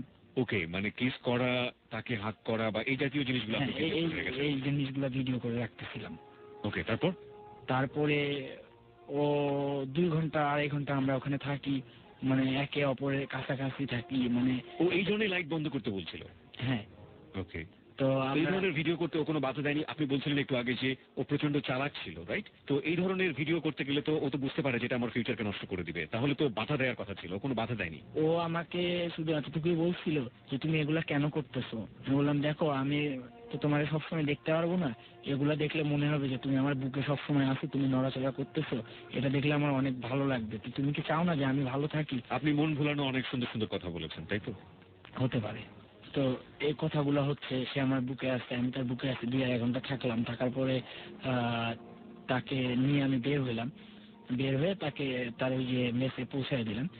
তো আবার আমাকে বিকালবেলা ফোন দেয় আবার যে আবে তুমি বের হও, আমি বের হচ্ছি।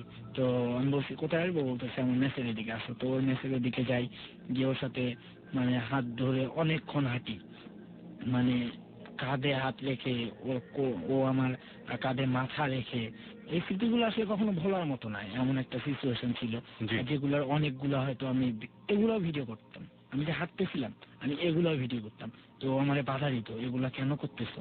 আমি বলতেছি বোকার মতো কথা বললো না, আমি তো তোমারে বললাম যে সবসময় তুমি আমার কাছে থাকবা না। তো আমি যদি এগুলা দেখি তখন মনে হবে যে তুমি আমার কাছে আসো, কারণ আমি থাকতেছি ঢাকায়, তুমি থাকতেছো খুলনায়। তো আর প্রত্যেক সপ্তাহে আসাও সম্ভব নয়। তো তার যেভাবে বোঝানোর আমি বুঝাইছি, বোঝানোর পরে তারে নিয়ে ঘুরলাম। সারাদিন ঘোরার পরে তার ওই বান্ধবীটা আবার আসলো বিকালবেলা।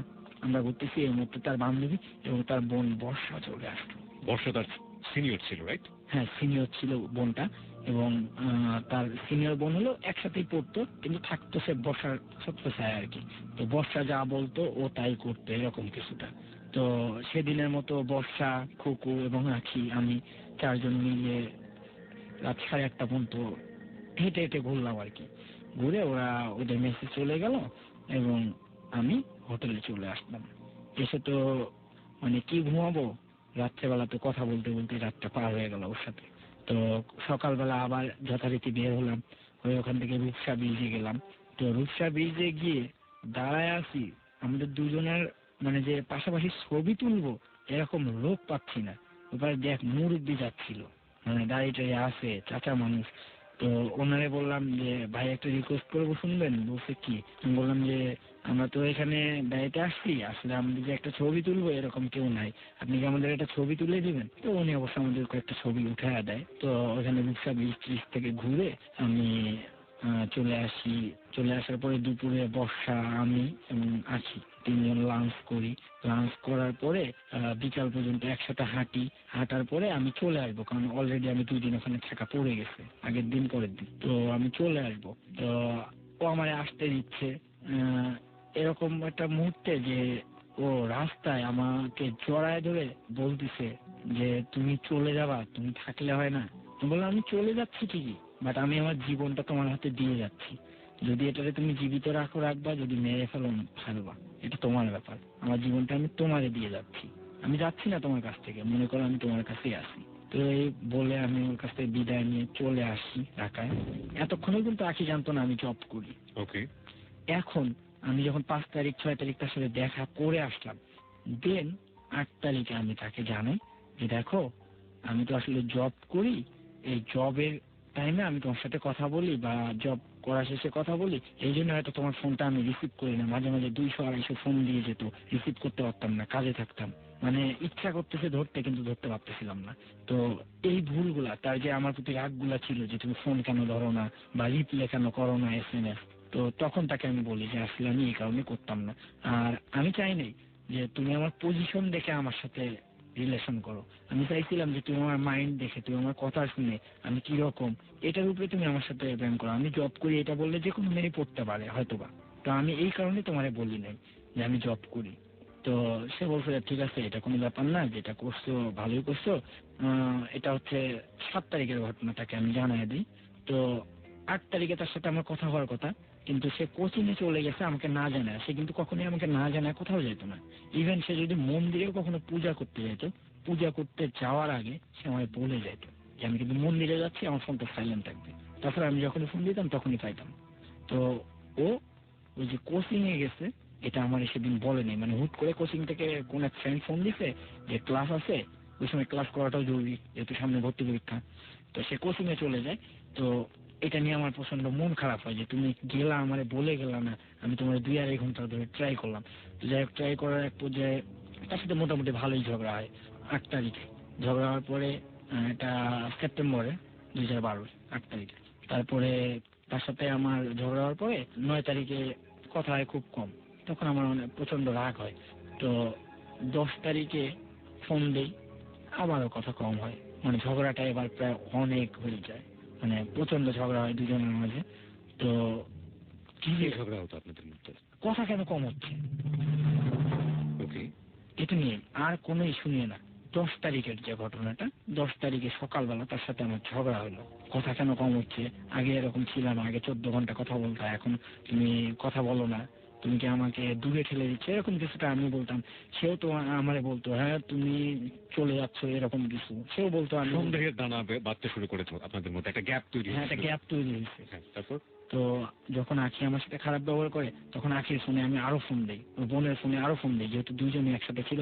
এবং ওই ছোট আন্টির নাম্বারটাও আমার কাছে ছিল, যে ছোট আন্টি আমার কাছে ওরা ছিল, তারেও ফোন দিই। তো সে তখন ছোট আন্টি তখন ফোনটা রিসিভ করে, এরা দুজন মিলন করে না। তো আমি বললাম যে আন্টি আখি কোথায়, বলতেছে যে হ্যাঁ ও আছে। কেন? আমি বললাম হ্যাঁ ও আমার ফোন রিসিভ করতেছে না, ওরে দেন। তো আন্টি আমার তখন বকা দেওয়া শুরু করে, হ্যাঁ তুমি কেন ডিস্টার্ব করতেছো। আমি তো অবাক। আমি বললাম যে আমি তারে ডিস্টার্ব করি না, আমি তারে ভালোবাসি। তো সব ভালোবাসা আমরা মানি না, মানে এরকম কিছু কথাবার্তা। বললাম আপনারা না মানলেও করার কিছু নাই, আমি আমার দিক থেকে প্রুফ করে দিব যে আখির সাথে আমার একটা রিলেশন ছিল। বলছে কিভাবে? আমি বলছি হ্যাঁ আপনার বিকালের মধ্যে ফেসবুকে দেখেন, আখির ফেসবুকে দেখেন, কিছু ছবি পাবেন, আর ভিডিও আমার কাছে করা আছে, সেটার প্রয়োজন হলে পাঠাবো। এই কথাটা আখিকে বলে। এটা ছিল ওর বড় আন্টি, যেটা আমি পরে জানি, ওই যে আন্টির উপরে ডিপেন্ডেবল।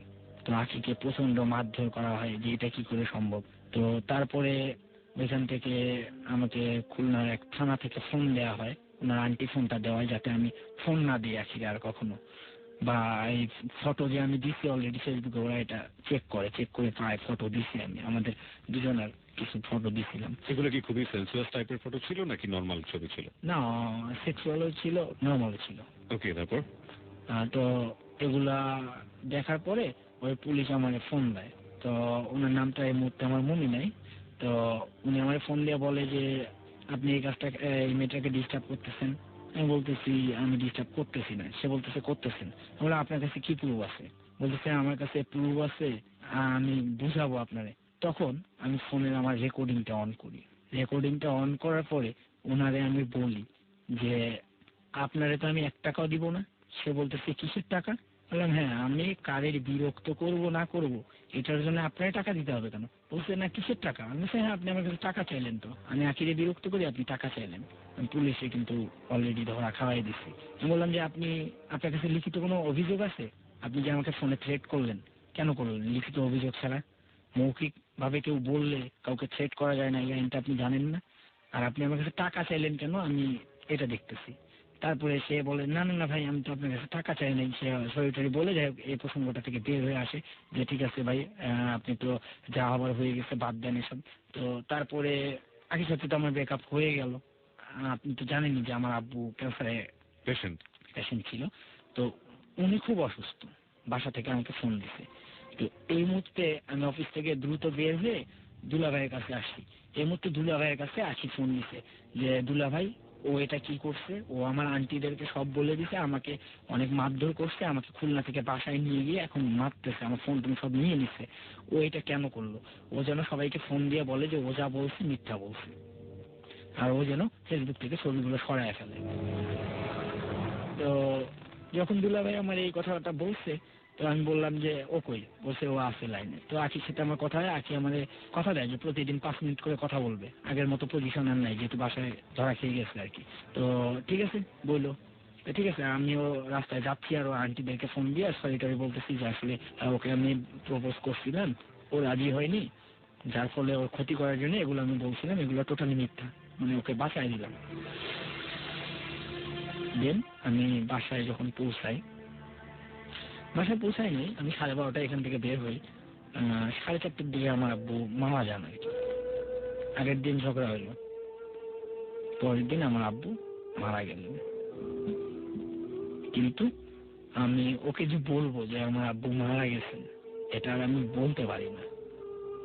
এটা না বলার কারণে মানে আমি যে তাকে ফোন দিয়ে বলবো যে আজকে আমি আসলে প্রচন্ড সমস্যায় আছি, বা আমি তোমার বুঝাইতে পারতেছি না যে আমার আব্বু মারা গেছে আর এই মুহূর্তে আমি কতটা কষ্টে আছি, আমি যে তাকে ফোন দিব এই শক্তিটাও সেই মুহূর্তে আমার আর নাই। কারণ আমি রাস্তায় থাকতেই শুনছি যে আমার আব্বু অলরেডি মারা গেছেন। দেন আমি দ্রুত বাসায় চলে যাই। আমি আর ওরে ফোনও দিতে পারি নাই বা ওরে জানাইতে পারি নাই, ওরে সরিও বলতে পারি নাই যে এটা আমি ভুল করছি, তোমার আন্টিদেরকে বলে দাও। ওরে যে বলবো এটা আমার আর বলা হয় নাই, আর মানে ওই মুহূর্তে বলাটা সুযোগও হয় নাই আমার, আমি এমন একটা পরিবেশের মধ্যে আছি। তো এগুলো যখন সব শেষ হয়ে গেল, আব্বুর সব অনুষ্ঠান যখন শেষ হয়ে গেল, শেষ হওয়ার আগে যে ওই যে ওর যে ফোনটা নিয়ে নেয়, তো আমার ভাইয়া ছিল, তো ওনাকে বললাম ভাইয়া এরকম হচ্ছে, তো আমার গার্লফ্রেন্ডের নাম্বারটা আমার খুব দরকার। আপনার যে ভাই ফোন কোম্পানিতে কাজ করতো, আপনি তার মাধ্যমেই ইনফরমেশন গুলো কালেক্ট করতেন। প্রিয় শ্রোতা, ও যে সিমগুলো ব্যবহার করত, সেই সিমের কিছু, মানে আমরা বলবো না যে সবগুলোই, কিছু অংশ ও আজকে যাহা বলিব সত্য বলিবতে সাথে করে নিয়ে এসছে। আমরা সেই সব সিম এবং ও বর্তমানে যেসব মোবাইল ফোন ব্যবহার করছে সেগুলোর একটা ছবি আমরা সময় মতো আমাদের ফেসবুকে দিয়ে দিব। আমাদের ফেসবুকের ঠিকানা facebook.com/abcradiofm89.2। ওকে, তারপর তো উনি আমাকে ওইটা রিপ্লেস করে দেন, আখি যে নাম্বারটা ইউজ করতো ওই নাম্বারটা উঠে আমি ফোনে রাখতাম। তো ফোন আসতো ওর, এরকম করে ওর সব বন্ধু বান্ধবের নাম্বারগুলো আমি পেয়ে যাই এবং তাদের মাধ্যমে আমি মানে আখির কাছে মেসেজটা পৌঁছানোর চেষ্টা করি যে আমার বাবা মারা গেছেন। কিন্তু আখি এটা কিছুতেই বিলিভ করে না। ও বলছে যে না, ও আগের দিন ঝগড়া করছে, আমার আন্টিদেরকে সব বলে দিছে, এখন নিজে বাঁচার জন্য এই মিথ্যাটা বলতেছে যে ওর বাবা মারা গেছে। ও আগে কেন আমারে বললো না?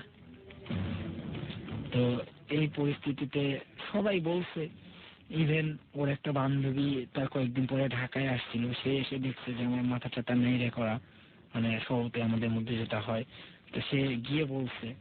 তারপরে সে আর কি বিলিভ করছে, যাই হোক সে আর কি তার ওই বান্ধবীর মাধ্যমে মেনে নেয় যে ব্যাপারটা না আসলে সত্যি তার বান্ধবী দেখে গেছে ঢাকায় এসে। তো যার ফলে সে মেনে নেয়, নেওয়ার পরে সে আমার নভেম্বরের শেষের দিকে ফোন দেয়। ফোন দিয়ে তারপরে আমাদের আবার কথা শুরু হয়, ভাঙা রিলেশনটা আবার করা শুরু হয় এবং 12 তারিখ যেটা ছিল ওই দিন কথা হয়। তারপরে এবার 12 তারিখ থেকে আপনার 15 তারিখ পর্যন্ত টোটালি কথা হয় এবং 15 তারিখ রাতে সে আমারে আর একটা অজুহাতে কথা বলা বন্ধ করে দেয়। সেটা হইলে এমন যে তার সাথে আমার এখন কথা হইতেছে, সেটা আমি তার পরিবারকে আবার জানাই দিচ্ছি, এটা আমি কখনোই করি নাই। তো এই যে মিথ্যা একটা জিনিস আমরা বুঝতে পারছি আপনার কথা লম্বা গল্প শুনে, সেটা হচ্ছে আপনার এবং যে মেয়েটির আখির মধ্যে আপনার এবং আখির মধ্যে এক ধরনের জটিলতা তৈরি হয়েছে কথা কম বলা নিয়ে। 1, 2 নম্বর হচ্ছে এই জটিলতা আরো বাড়িয়ে দিয়েছে ওর পরিবার, এবং সেটা এখন প্রকট আকার ধারণ করেছে সবকিছু মিলিয়ে। আপনি একটু শেষের দিকে আসেন এই গল্পের, যে শেষ পর্যন্ত আপনাদের কি হয়েছে। আচ্ছা, শেষ পর্যন্ত 15 তারিখে তার সাথে আমার লাস্ট কথা হয়। কত সালের 15 তারিখে? 2012 সালের 15ই ডিসেম্বর কথা হয়। হ্যাঁ, সর্বশেষ কথা এটাই। সেই জায়গাটিতে রিলেশনশিপটা ব্রেক হয়ে যাওয়ার পরে যে ভিডিওগুলো আপনার কাছে ছিল, যে ছবিগুলো আপনার কাছে ছিল, সেগুলো নিয়ে আপনি কোনো কিছু করেছেন? না, সেগুলো নিয়ে আমি কোনো কিছু করছি বলতে সেগুলো তার ভাইয়ের হাতে আমি দিয়ে দিছি কিছু। দিয়ে দিছি এই কারণে, তার ভাই তখনও মানে আমাকে ফোন দিয়ে হুমকি দিত। তো আমাকে বলতো যে আমার বোনের সাথে যে তোর রিলেশন ছিল তার ডকুমেন্টস কি। আমি বলছি যে এই ডকুমেন্টসটাই তো আমি রাখছি, সমস্যা কি, আমি পাঠায় দিচ্ছি। এই বুদ্ধিগুলো আমাকে ওই একটা বান্ধবী দিয়ে রাখছিল যে আপনি ছবি টবি কিছু তুলে রাখিয়েন। আমি কেন দিছিল আমি জানি না, লাস্ট পর্যায়ে কেন দিছিল এটা এই যে সম্পর্কটা আপনার ব্রেকআপ হয়ে গেল, এরপরে আপনি আর ওর যোগাযোগ করেননি ওর সঙ্গে, বা ও আর যোগাযোগ? ওর সাথে আমার আর কোনো কথা হয়নি। ওর ফ্যামিলির প্রত্যেকের সাথেই মানে প্রায় 2-1 দিন পর পরই ঝগড়াঝাটি হয়। ওর আব্বু প্রতিদিনই আমাকে ফোনে গুলি করে। আপনার তো সম্পর্কে ওরা সবকিছুই জানে শুনে, ফ্যামিলি সম্পর্কে সবকিছু জানে শুনে, এবং আপনার লোকেশনও তারা চেনে। হ্যাঁ চিনি। তারা যদি কোনো আইনি কোনো অ্যাকশন নিতে যায় আপনার এগেইনস্টে, আপনি তো স্বীকার করছেন যে ভিডিওগুলো আপনি করেছিলেন বা কিছু করেছিলেন, সেক্ষেত্রে ব্যাপারটা কি ধরনের বিপদ আনতে পারে আপনি তো বুঝতেই পারেন। আসলে বিপদ যেরকমই হোক আখির জন্যে, মানে যদি বিচারে মানে ফাঁসিও হয়ে যায় আমি মানতে রাজি আছি। ওকে প্রিয় শ্রোতা, যাহা বলিব সত্য বলিব আপনারা শুনছেন। যে মেয়েটির জন্য ও সবকিছু ছেড়ে ছুড়ে দিয়ে ভালো পথে এগোলো, সেই মেয়ের কাছেও ও শেষ পর্যন্ত জায়গা পেল না। একটা অদ্ভুত রকমের ব্যাপার, অদ্ভুত রকমের জটিলতা আমরা এখানে দেখতে পেলাম। এবং ও যে প্রমাণের মধ্য দিয়ে এখন যাচ্ছে, সেই প্রমাণ ও যে আজকে যে স্বীকার্যটা দিয়েছে, সেই স্বীকার্যের মধ্য দিয়ে ওকে যে কোনো মুহূর্তে আইনের কাঠগড়ায় দাঁড় করানো সম্ভব। সেই ডকুমেন্টস ও নিজে নিজে তৈরি করেছে, সেই ডকুমেন্টসের সাক্ষীও দিয়েছে। কিন্তু ও যেটা মুখ থেকে বলেছে যে সেটার জন্য যদি আমার ফাঁসি হয় সেটিও আমি বরণ করে নিতে সম্ভব। এই যে জীবনের জটিলতাগুলো, এই যে সত্যের জটিলতাগুলো, এগুলো আপনার সামনে আমরা তুলে ধরছি একটা কারণে, সেটা হচ্ছে আপনার জীবনটি যেন এরকম জটিল না হয়। এটাই হচ্ছে যাহা বলিব সত্য বলিবর মোটো। আমরা ফিরতে চাই আপনার গল্পে। তারপর তার সাথে তো রিলেশনটা আমার যখন 15 তারিখে ব্রেক আপ হয়ে গেল, 16ই ডিসেম্বর বিজয় দিবস ছিল। সেদিন আমি নতুন করে আবার শপথ নিই যে না, আমি যার জন্য ভালো হইলাম সে মিথ্যা দোষে আমার দোষী বানাইলো, আবার আমাকে শাস্তি দিল। আমি বারবার অন্যায় করব না কিন্তু শাস্তি পাবো, এটা হতে পারে না, আমি অন্যায় করব। তখন আমি শুরু করি নতুন করে আবার সে আগের পথে ফিরে যাওয়া শুরু করি, এবং এবার এটা শুরু করি আমি ঢাকায়। কিভাবে করলেন? ঢাকায় প্রথম আমার কলিগের ফ্রেন্ড ছিল বৃষ্টি। আমার কলিগের ফোন থেকে আমি নাম্বারটা নিয়ে আমার ভাইয়ের মাধ্যমে চেক করে ওকে ফোন দেই, দিয়ে ওকে ইমপ্রেস করি যে আপনার ফোনে এত টাকা আছে, আপনি এখানে এই জায়গায় এইভাবে আপনি এভাবে চলতেছেন, রিসার্চ করছেন এভাবে।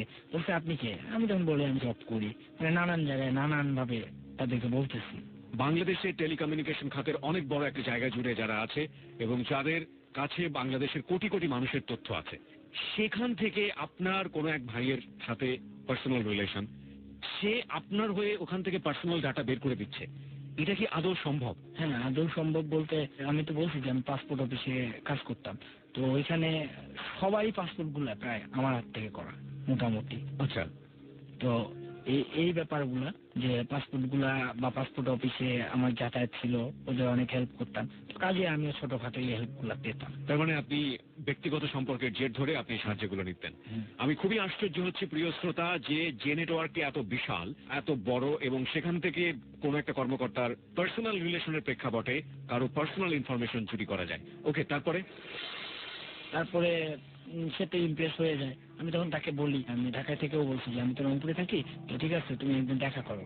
তো সে বলছে আমার তো এখন সময় নাই, কলেজ বন্ধ, কি করি? বলছি ঠিক আছে 21শে ফেব্রুয়ারি দেখা করো, এই বছরের 21শে ফেব্রুয়ারি। কিন্তু এটা তো হিতে বিপরীত হতে পারতো। ধরেন আপনি তার ফোন সম্পর্কে সবকিছু জানছেন, এটা যখন আপনি তাকে বলবেন সে আপনার সম্পর্কে ভয়ও পেয়ে যেতে পারতো। না, ভয় যে পাবে না সেরকম করে বলছি, অনেক নরম করে, অনেক মিষ্টি করে। ওকে, 21 ফেব্রুয়ারি দেখা করলেন, তারপর? 21শে ফেব্রুয়ারি দেখা বলতে 21শে ফেব্রুয়ারি তাকে বললাম দেখা করতে, সে গাজীপুর চৌরাস্তায় আসলো। গাজীপুর চৌরাস্তা থেকে আমি বললাম আসলে এখানে তো কিছু দেখা নেই, আমরা এয়ারপোর্টের দিকে যাই। তো বলছে ঠিক আছে যাই, কিন্তু 4টার মধ্যে ফিরতে হবে। আমি বলছি ঠিক আছে। ইতিমধ্যে আমি আমার একটা ফ্রেন্ড আছে উত্তরায়, ওর ফ্যামিলি সহ থাকে, ওরা আর কি প্রেম করে বিয়ে করে এখানে একসাথে থাকতেছে, কেউ জানে না। তো ওই ফ্রেন্ডকে ফোন দিই, দোস্ত তোর বাসায় আমার একটা গার্লফ্রেন্ড নিয়ে যেতে হবে। তো সে বলছে যে ঠিক আছে নিয়ে আয়। তো আমি ওকে বলি যে আমার একটা ভাবি আছে, চলো দেখা করে যাই, তোমার সাথে তোমার প্রেম হয়ে গেছে, রংপুর থেকে দেখা করতে আসলাম, তো ভাবি যদি পরে শুনে আমি রংপুর থেকে ঢাকা আসছিলাম, যদি তার সাথে দেখা না করি সে মাইন্ড করবে। তো দেন আর কি তাকে নিয়ে যখন ভাবির বাসায় যাই, ভাবি আর আমার ওই ফ্রেন্ড ওরা রান্না করার জন্য রান্নাঘরের দিকে চলে যায়, আমাদেরকে রুম খালি করে দিয়ে, কারণ তাকে তো আমার আগে বলাই ছিল সবকিছু। তো খালি করে দিয়ে যখন চলে যায়, তখন মেয়েটার সাথে সেক্স করার চেষ্টা করি। তো সে কিছুতেই মানে রাজি হবে না, তার শারীরিক সমস্যা ছিল এর মধ্যে, কিন্তু আমি তাকে কনফার্ম করি যে এটা কোনো প্রবলেম না। এটাই ছিল প্রবলেম তার জন্য, আর অন্য কোনো কিছু প্রবলেম ছিল না আপনার কথা শুনে যেটা মনে হচ্ছে, মানে শারীরিক সমস্যাটাই প্রবলেম ছিল, এছাড়াও না, নিজের এটা ছাড়াও আর কিছু কন্ডিশন ছিল যে আমি তাকে বিয়ে করবো কিনা, কেন এই সমস্ত করতেছি, তা আমি তাকে তার মানে আপনি এক ধরনের তাকে পটিয়েছিলেন এই লাইনে যেভাবেই হোক না কেন। হ্যাঁ, এবং তারপরে আপনি তাকে আমি কথা দিয়েছি যে 20 অক্টোবরের মধ্যে, এবছরের 20 অক্টোবরের মধ্যে তাকে আমি বিয়ে করব। কারণ আমার আব্বু মারা গেছে সেপ্টেম্বরের 12 তারিখে, তো আমাদের 1 বছর বিয়ে শাদী কিছু করা যায় না। তাকে বুঝাইছি মেয়েটা এরকম কিছুটা, সেও হিন্দু ছিল, গাজীপুরের মেয়েটা, তো তাকে বুঝাইছি এটা। তো বুঝানোর পরে সে বলছে ঠিক আছে, 1 বছর যখন কিছু করা যায় না, ঠিক আছে তুমি 1 বছর বিয়ে টিয়ে করতে হবে না, তো অক্টোবরে করবা তো? হ্যাঁ, আমি তাকে কথা দিচ্ছি যে আমি অক্টোবরে তাকে বিয়ে করবো। এই কথা দেওয়ার পরে তার সাথে আমার এগুলা করা হয়। তো যেদিন করে চলে যায় তারপর থেকে আমার নাম্বারটা বন্ধ, কারণ আমি তো আগেই বলছি যে আমি একটা মেয়ের জন্য একটা সিম আর একদিনের বেশি দেখা করিনি। তারপর আপনি কি করলেন? আপনার গল্পের শেষটা আজকে সাড়ে রাতেও হবে না আমরা জানি, যদি আপনার লিস্ট অনেক লম্বা হয়। এর পরের লিস্ট আসলে কেমন? এরপরের লিস্টে এরকম যে আপনার এই কাকরাইলে অনেক বড় ব্যবসায়ী ওয়াইফ, তার সাথে আমার পরিচয় শুরু হয়, সেটা ফোনের মাধ্যমে। তো এই মহিলাটার কাছে যদি কখনো আপনারা জেরা করেন, তো সে বলবে যে আমি সবচেয়ে ভালো ছেলে পৃথিবীর। কেন বলবে? যে 5 বছর ধরে তার সাথে আমি কথা বলি, কিন্তু তার সাথে আমি আজ পর্যন্ত দেখা করিনি। ও মাই গড, 5 ইয়ার্স ধরে আপনি একটা মেয়েকে স্বীকার করছেন, এটা তো আপনার জন্য একটা শিকার, রাইট? আপনার জন্য একটা শিকার। 5 ইয়ার্স ধরে আপনি তাকে টোপে রেখেছেন। তারপর ফোনেও তার সাথে আমার খুবই ভালো রিলেশন হয়, শারীরিক সম্পর্ক ফোনেই হয়ে যায়, এরকম কিছু ব্যাপার। সবসময় তার সাথে এরকম কথাবার্তা হতেই থাকে। তো আমি তাকে অনেক বেশি রেসপেক্ট করি একটা কারণে, যে আমি তার সাথে অনেকবার দেখা করতে চাইছি, তার বাসা অনেকবার ফাঁকা ছিল, তার বাসা এখানে কোথায় আমি জানি, টোটাল লোকেশনটা জানি, কিন্তু কেন জানি তার কাছে মানে আমি যাইতাম না বা এখনো যাই না। এখান থেকে তার সাথে তো আমার ভালো রিলেশন আছেই, কিছু হচ্ছে ঢাকা ক্যান্টনমেন্টে এক্সিস্টিং এখনো ভালো রিলেশনশিপ আছে। হ্যাঁ, এখন ভালো রিলেশনশিপ আছে। আজকের গল্পটা শোনার পরে যদি সে আপনাকে, আর আপনার কি মনে হয়? হ্যাঁ, আমার মনে হয় যে সে যদি মানে আমার এই সত্যি কথাগুলো শুনে আমার কাছ থেকে দূরে চলে যায়, তাহলে আমি তাকে মানে আরো বেশি দোয়া করব বা আশীর্বাদ করব যে সে অনেক ভালো থাকে। কারণ আমার মতো মানে খারাপ ব্যক্তির কাছ থেকে যে সরে যেতে পারছে, এই জন্য আমি ধন্য মনে করব যে আমার কাছ থেকে কেউ সরে যেতে পারছে। ওকে, তারপর? আমি হয়তো দেখা গেছে কাউকে ভালো লেগে গেছে, কোনো মহিলাকে, তো উনি ফ্লেক্সি দিচ্ছে বা ভালো লাগার তো সিস্টেম আছে, বা বাজারে আসছে এরকম ভালো লাগতেছে, তো ওনার নাম্বারটা কালেক্ট করার চেষ্টা করতাম ফার্স্ট টাইম। যদি নাম্বারটা কালেক্ট করতে না পারতাম, সেক্ষেত্রে ওনার বাসায় যদি ছোট বাচ্চা থাকতাম, ছোট বাচ্চাদেরকে পটানোর চিন্তা ভাবনা করতাম, ছোট বাচ্চাদেরকে চকলেট টকলেট খাওয়াইতাম, বেশ আদর টাদর করতাম। আর এরকম করে দেখা গেছে যে আমার অফিসের আশেপাশে আমি প্রায় 3-4 জন মহিলার সাথে মানে শারীরিক সম্পর্কে জড়িয়ে পড়ি, পরকীয়ায় জড়িয়ে পড়ি, যেটা এত বেশি গভীর ছিল যে তাদের হাজবেন্ডরা অফিসে আছে, আমি তাদের বাসায় অফিস করতেছি, আমার এরকম অবস্থা।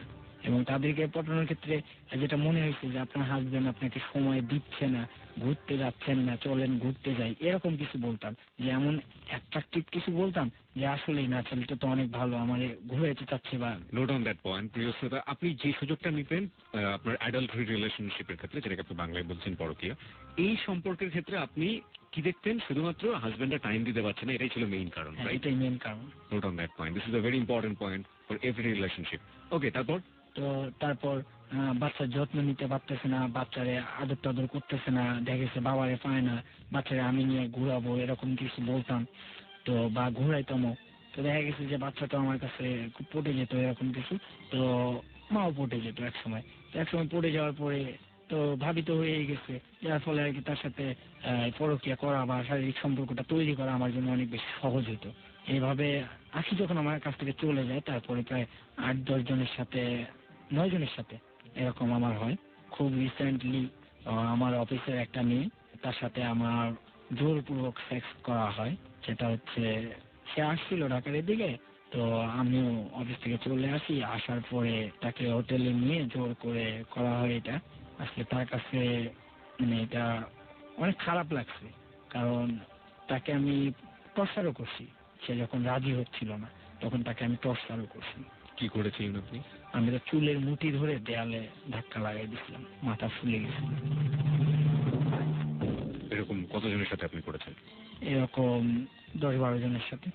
এভাবে আপনি অত্যাচার করেছেন তাদের? হ্যাঁ, অত্যাচার করছি। আপনার লিস্ট আজকে ঠিক এই মুহূর্তে আপনি সত্যের আসনে বসে আছেন। পৃথিবীর অন্যতম শক্তিশালী জায়গা হচ্ছে এটা। আপনি লাখো মানুষের সামনে আজকে স্বীকার করছেন। ঠিক এই জায়গাটায় আসার আগ পর্যন্ত আপনার যে মনের মোটো ছিল সেটা চেঞ্জ হয়ে গেছে। আপনি একটু বলবেন আমাকে যে আপনার লিস্টটা কতটা লম্বা? আমার আসলে টোটাল লিস্টটা প্রায় কিশোরী মেয়ে যেটা বলি, অবিবাহিত মেয়ে যদি বলি, সেটা 23 জনের মতো। 23 জন? আর পরকীয়ার যে ব্যাপারটা আছে সেটা 11 জনের মতো। হয়তো কন্টিনিউ করলে আরো বেশি করতে পারতাম, কিন্তু আমি ইচ্ছা করে কিছু রিলেশনশিপ নিজেই মানে চাইনি। দেখা গেছে ফ্যামিলি গুলো অনেক ভালো না, ওইখানে মানে আমি টার্গেট করতাম এরকম ফ্যামিলিকে যে যেখান থেকে হয়তো বদনাম কখনো ছড়াবে না। আমি আবার এই জিনিসটা খুব মাথায় রাখতাম। ভালো কোনো ফ্যামিলিতে হাত দিতাম যাতে এই ব্যাপারটা কখনো যদি মানে জানাজানিও হয় আমার যেন কোনো ইফেক্ট না হয়, কারণ ভালো ফ্যামিলি হলে ওরা এটা গোপন রাখবে। 23 আর 11 মানে হচ্ছে 44 জন। 44 জন কোনো না কোনো ভাবে আপনার শিকার। এর মাঝখানে আখি শুধুমাত্র আপনার শিকার হয়নি, এবং তার জন্যই আমার এই অবস্থা, মানে পরবর্তী যে অবস্থাটা। পরবর্তী জীবনের জন্য আখি দায়ী, আর আমাকে ভালো করার জন্য সে দায়ী, বন্ধু বানানোর জন্য সে দায়ী। ঠিক একইভাবে আপনার প্রথম জীবনেও এরকম একজন মেয়ে দায়ী, যে মেয়েটি আপনাকে চাপে ফেলেছিল এবং তারপরে আপনি মেয়েদের সাথে এ ধরনের আচরণ করেছেন। এখন আপনি আমাকে বলেন, লাখো শ্রোতা এখানে ওয়েট করছে, তারা আজকের গল্পটা জানার পরে আপনাকে অনেক অনেক ইমোশনের জায়গা থেকে অনেক বেশি বদদোয়া করবে, অনেক বেশি অপছন্দ করবে, এবার অনেকেও ঠিক উল্টোটা করবে। কিন্তু আমি সবাইকে সাইড করে আপনার কাছে ব্যক্তিগতভাবে জানতে চাই এবং সবাইকে জানাতে চাই যে আজকে আপনি এই অনুষ্ঠানে আসার যে সাহস দেখিয়েছেন নিজের জায়গাটা থেকে, সেটা আপনি কেন দেখালেন? আর আপনার এই কৃতকর্ম এই 44 জন মেয়ের প্রতি, বা যে বোধটা নিয়ে আপনি এতদিন ধরে এই মন্দ কাজগুলো করেছেন, সেই মন্দ কাজগুলোর প্রতি আপনার যে বিবেকটা এখন জাগলো, সেটা কেনই বা জাগলো? আর এই বিবেকটা আপনাকে ভবিষ্যতে কোন দিকে নিয়ে যাওয়ার কথা বলে, আপনি আমাদের কাছে পরিষ্কার করুন। আসলে আমি এখানে আসছি, আলামিন খুন করে স্বীকার করতে পারছে, বর্ষা 1000 জনের সাথে থাকে সে বলতে পারছে, তো আমি কেন পারবো না এই জায়গাটা থেকে? আর সবচেয়ে বড় কথা হচ্ছে তারা যে ভুলগুলো স্বীকার করে ভালো হইতে চাইছে, তো তারা ভালো হইতে পারলে আমি কেন পারবো না? কিন্তু দেখা গেছে আমাদের যারা শ্রোতা আজকে যারা এই অনুষ্ঠানটা শুনছেন, তারা হয়তো অনেক বিরূপ মন্তব্য করতেছেন, কিন্তু আসলে তাদের কাছ থেকে আমরা ভালো মন্তব্যটা আশা করি, আমরা ভালো হইতে চাই। কিন্তু আপনারা যদি আবার আমাদেরকে ওই খারাপ জায়গাটায় নিয়ে যান বা ওই খারাপ জায়গায় ফেলে দেন, তাহলে তো আবার সেই একই হইলো। যাতে এই একই ঘটনাটা আর না ঘটে, এই জন্য এই ঘটনাটা প্রকাশ করা, এই জন্যই। কিন্তু আপনি কি মনে করেন না যে যে অন্যায় আপনি করেছেন সেই জায়গাটা থেকে তারা যদি আপনাকে গালিও দেয়, সেই গালিটা আপনার প্রাপ্য? তারা যদি আপনার সাথে খারাপ আচরণ করে, সেই খারাপ আচরণটা আপনার প্রাপ্য? হ্যাঁ, আমি আসলে এটা মানি যে আমি যে অন্যায়গুলো করছি, গালি, মার, যে কোনো শাস্তি, যে কোনো শাস্তি আমার জন্য প্রাপ্য, এটা আমি জানি। শাস্তি পাওয়াই আমার দরকার। এবং জীবনে যদি কোনোদিন যে মেয়েগুলোর সাথে আপনি আচরণটা করেছেন, বা ভবিষ্যতে যদি কখনো এরকম ঘটনা ঘটে যায়, সেই প্রেক্ষাপটে ওই মেয়েটা যদি আপনাকে দোষী সাব্যস্ত করে, আইনের কাঠগড়ায় আপনাকে দাঁড় করায়, আপনার যে শাস্তি হবে আপনি সেটা মাথা পেতে নেবেন? হ্যাঁ, আমি যে শাস্তি হবে পুরোটাই মাথা পেতে নেব, কারণ যেহেতু আমি যে কাজটা করছি টোটালি অন্যায় করছি। একজনের রাগের ফলে 16 জনকে নষ্ট করছি, আবার দ্বিতীয় জনের রাগের ফলে দেখা গেছে আরো 20-25 জনকে নষ্ট করে ফেলছি। তো এই কারণে আমার মনে হয় যে তারা তো আমার কাছে ভুলটা করেনি, ভুলটা করছে আরেকজন, বা আমাকে ট্র্যাপে ফেলছে আরেকজন। তো তাদের সাথে এই অন্যায়টা করা আমার ঠিক হয়নি। আজকে আপনার এই অনুষ্ঠানের মাধ্যমে তাদের সবার কাছে আমি ক্ষমা চাচ্ছি। হয়তো ক্ষমা পাবো কিনা আমি জানি না, বাট চাইতে আমাকে হবেই, কারণ তেনারা ক্ষমা না করলেন বিধাতা আমাকে ক্ষমা করবে কিনা সন্দেহ হয়। বিধাতা আপনাকে ক্ষমা করবে কিনা জানি না, এবং একই সাথে আমরা এটাও জানি না যে সব মানুষের সাথে আপনি অন্যায় আচরণগুলো করেছেন তারা আপনাকে ক্ষমা করবেন কিনা। কিন্তু ক্ষমা আপনি অলরেডি তাদের কাছ থেকে পেয়ে গেছেন, যারা আজকের এই যাহা বলিব সত্য বলিব গল্পটি শুনে এমন কিছু পরিকল্পনা করছিলেন আমাদের আবিরের মতো। তারা, আমরা বিশ্বাস করি যে ওই পথ থেকে আজকের এই গল্পটি শোনার পর, আজকের এই সত্যের আলো বিচ্ছুরিত হবার পর, ওই পথ থেকে যদি একজনও থেমে গিয়ে থাকেন, তাহলে ক্ষমা আপনি তার কাছ থেকে পেয়ে গেছেন। তাদের জন্য কি কিছু বলার আছে, যারা আপনার মতো বিশ্বাস করে যে একজন মানুষের কাছ থেকে খারাপ আচরণ পেলে পুরো দুনিয়ার মানুষের সাথে খারাপ আচরণ করতে হবে? তাদের জন্য কি আপনার কিছু বলার আছে? হ্যাঁ, তাদের কাছে আমার শুধু এতটুকুই বলা আছে যে কুকুর যদি কামড় দেয় তাহলে কুকুরকে তো কামড় দেওয়া যায় না, কিন্তু আমি আবির কুকুরকে তো কামড় মারছি সাথে বেড়াল শেয়াল কাউকে বাদ রাখিনি, সবাইকে কামড় দিয়ে গেছি। এটা আপনারা কেউ প্লিজ করেন না, এটা অনেক বড় খারাপ একটা কাজ। আবিরের সত্য বলার সাহসকে আমরা স্বাগত জানাই এবং আমরা বিশ্বাস করি সত্যকে এভাবে প্রতিষ্ঠিত করতে পারলে আবির যেভাবে বদলে যাচ্ছে, আবিরের মতো হওয়ার সম্ভাবনা যাদের ছিল কিংবা আবিরের মতো হতে পারে চারপাশে, সেই সম্ভাবনাকে রোধ করার ক্ষমতা যাদের হাতে আছে তারা অনেক বেশি শক্তিশালী হবে। আমরা বিশ্বাস করি সত্যের আলো সমাজকে পাল্টাতে পারে।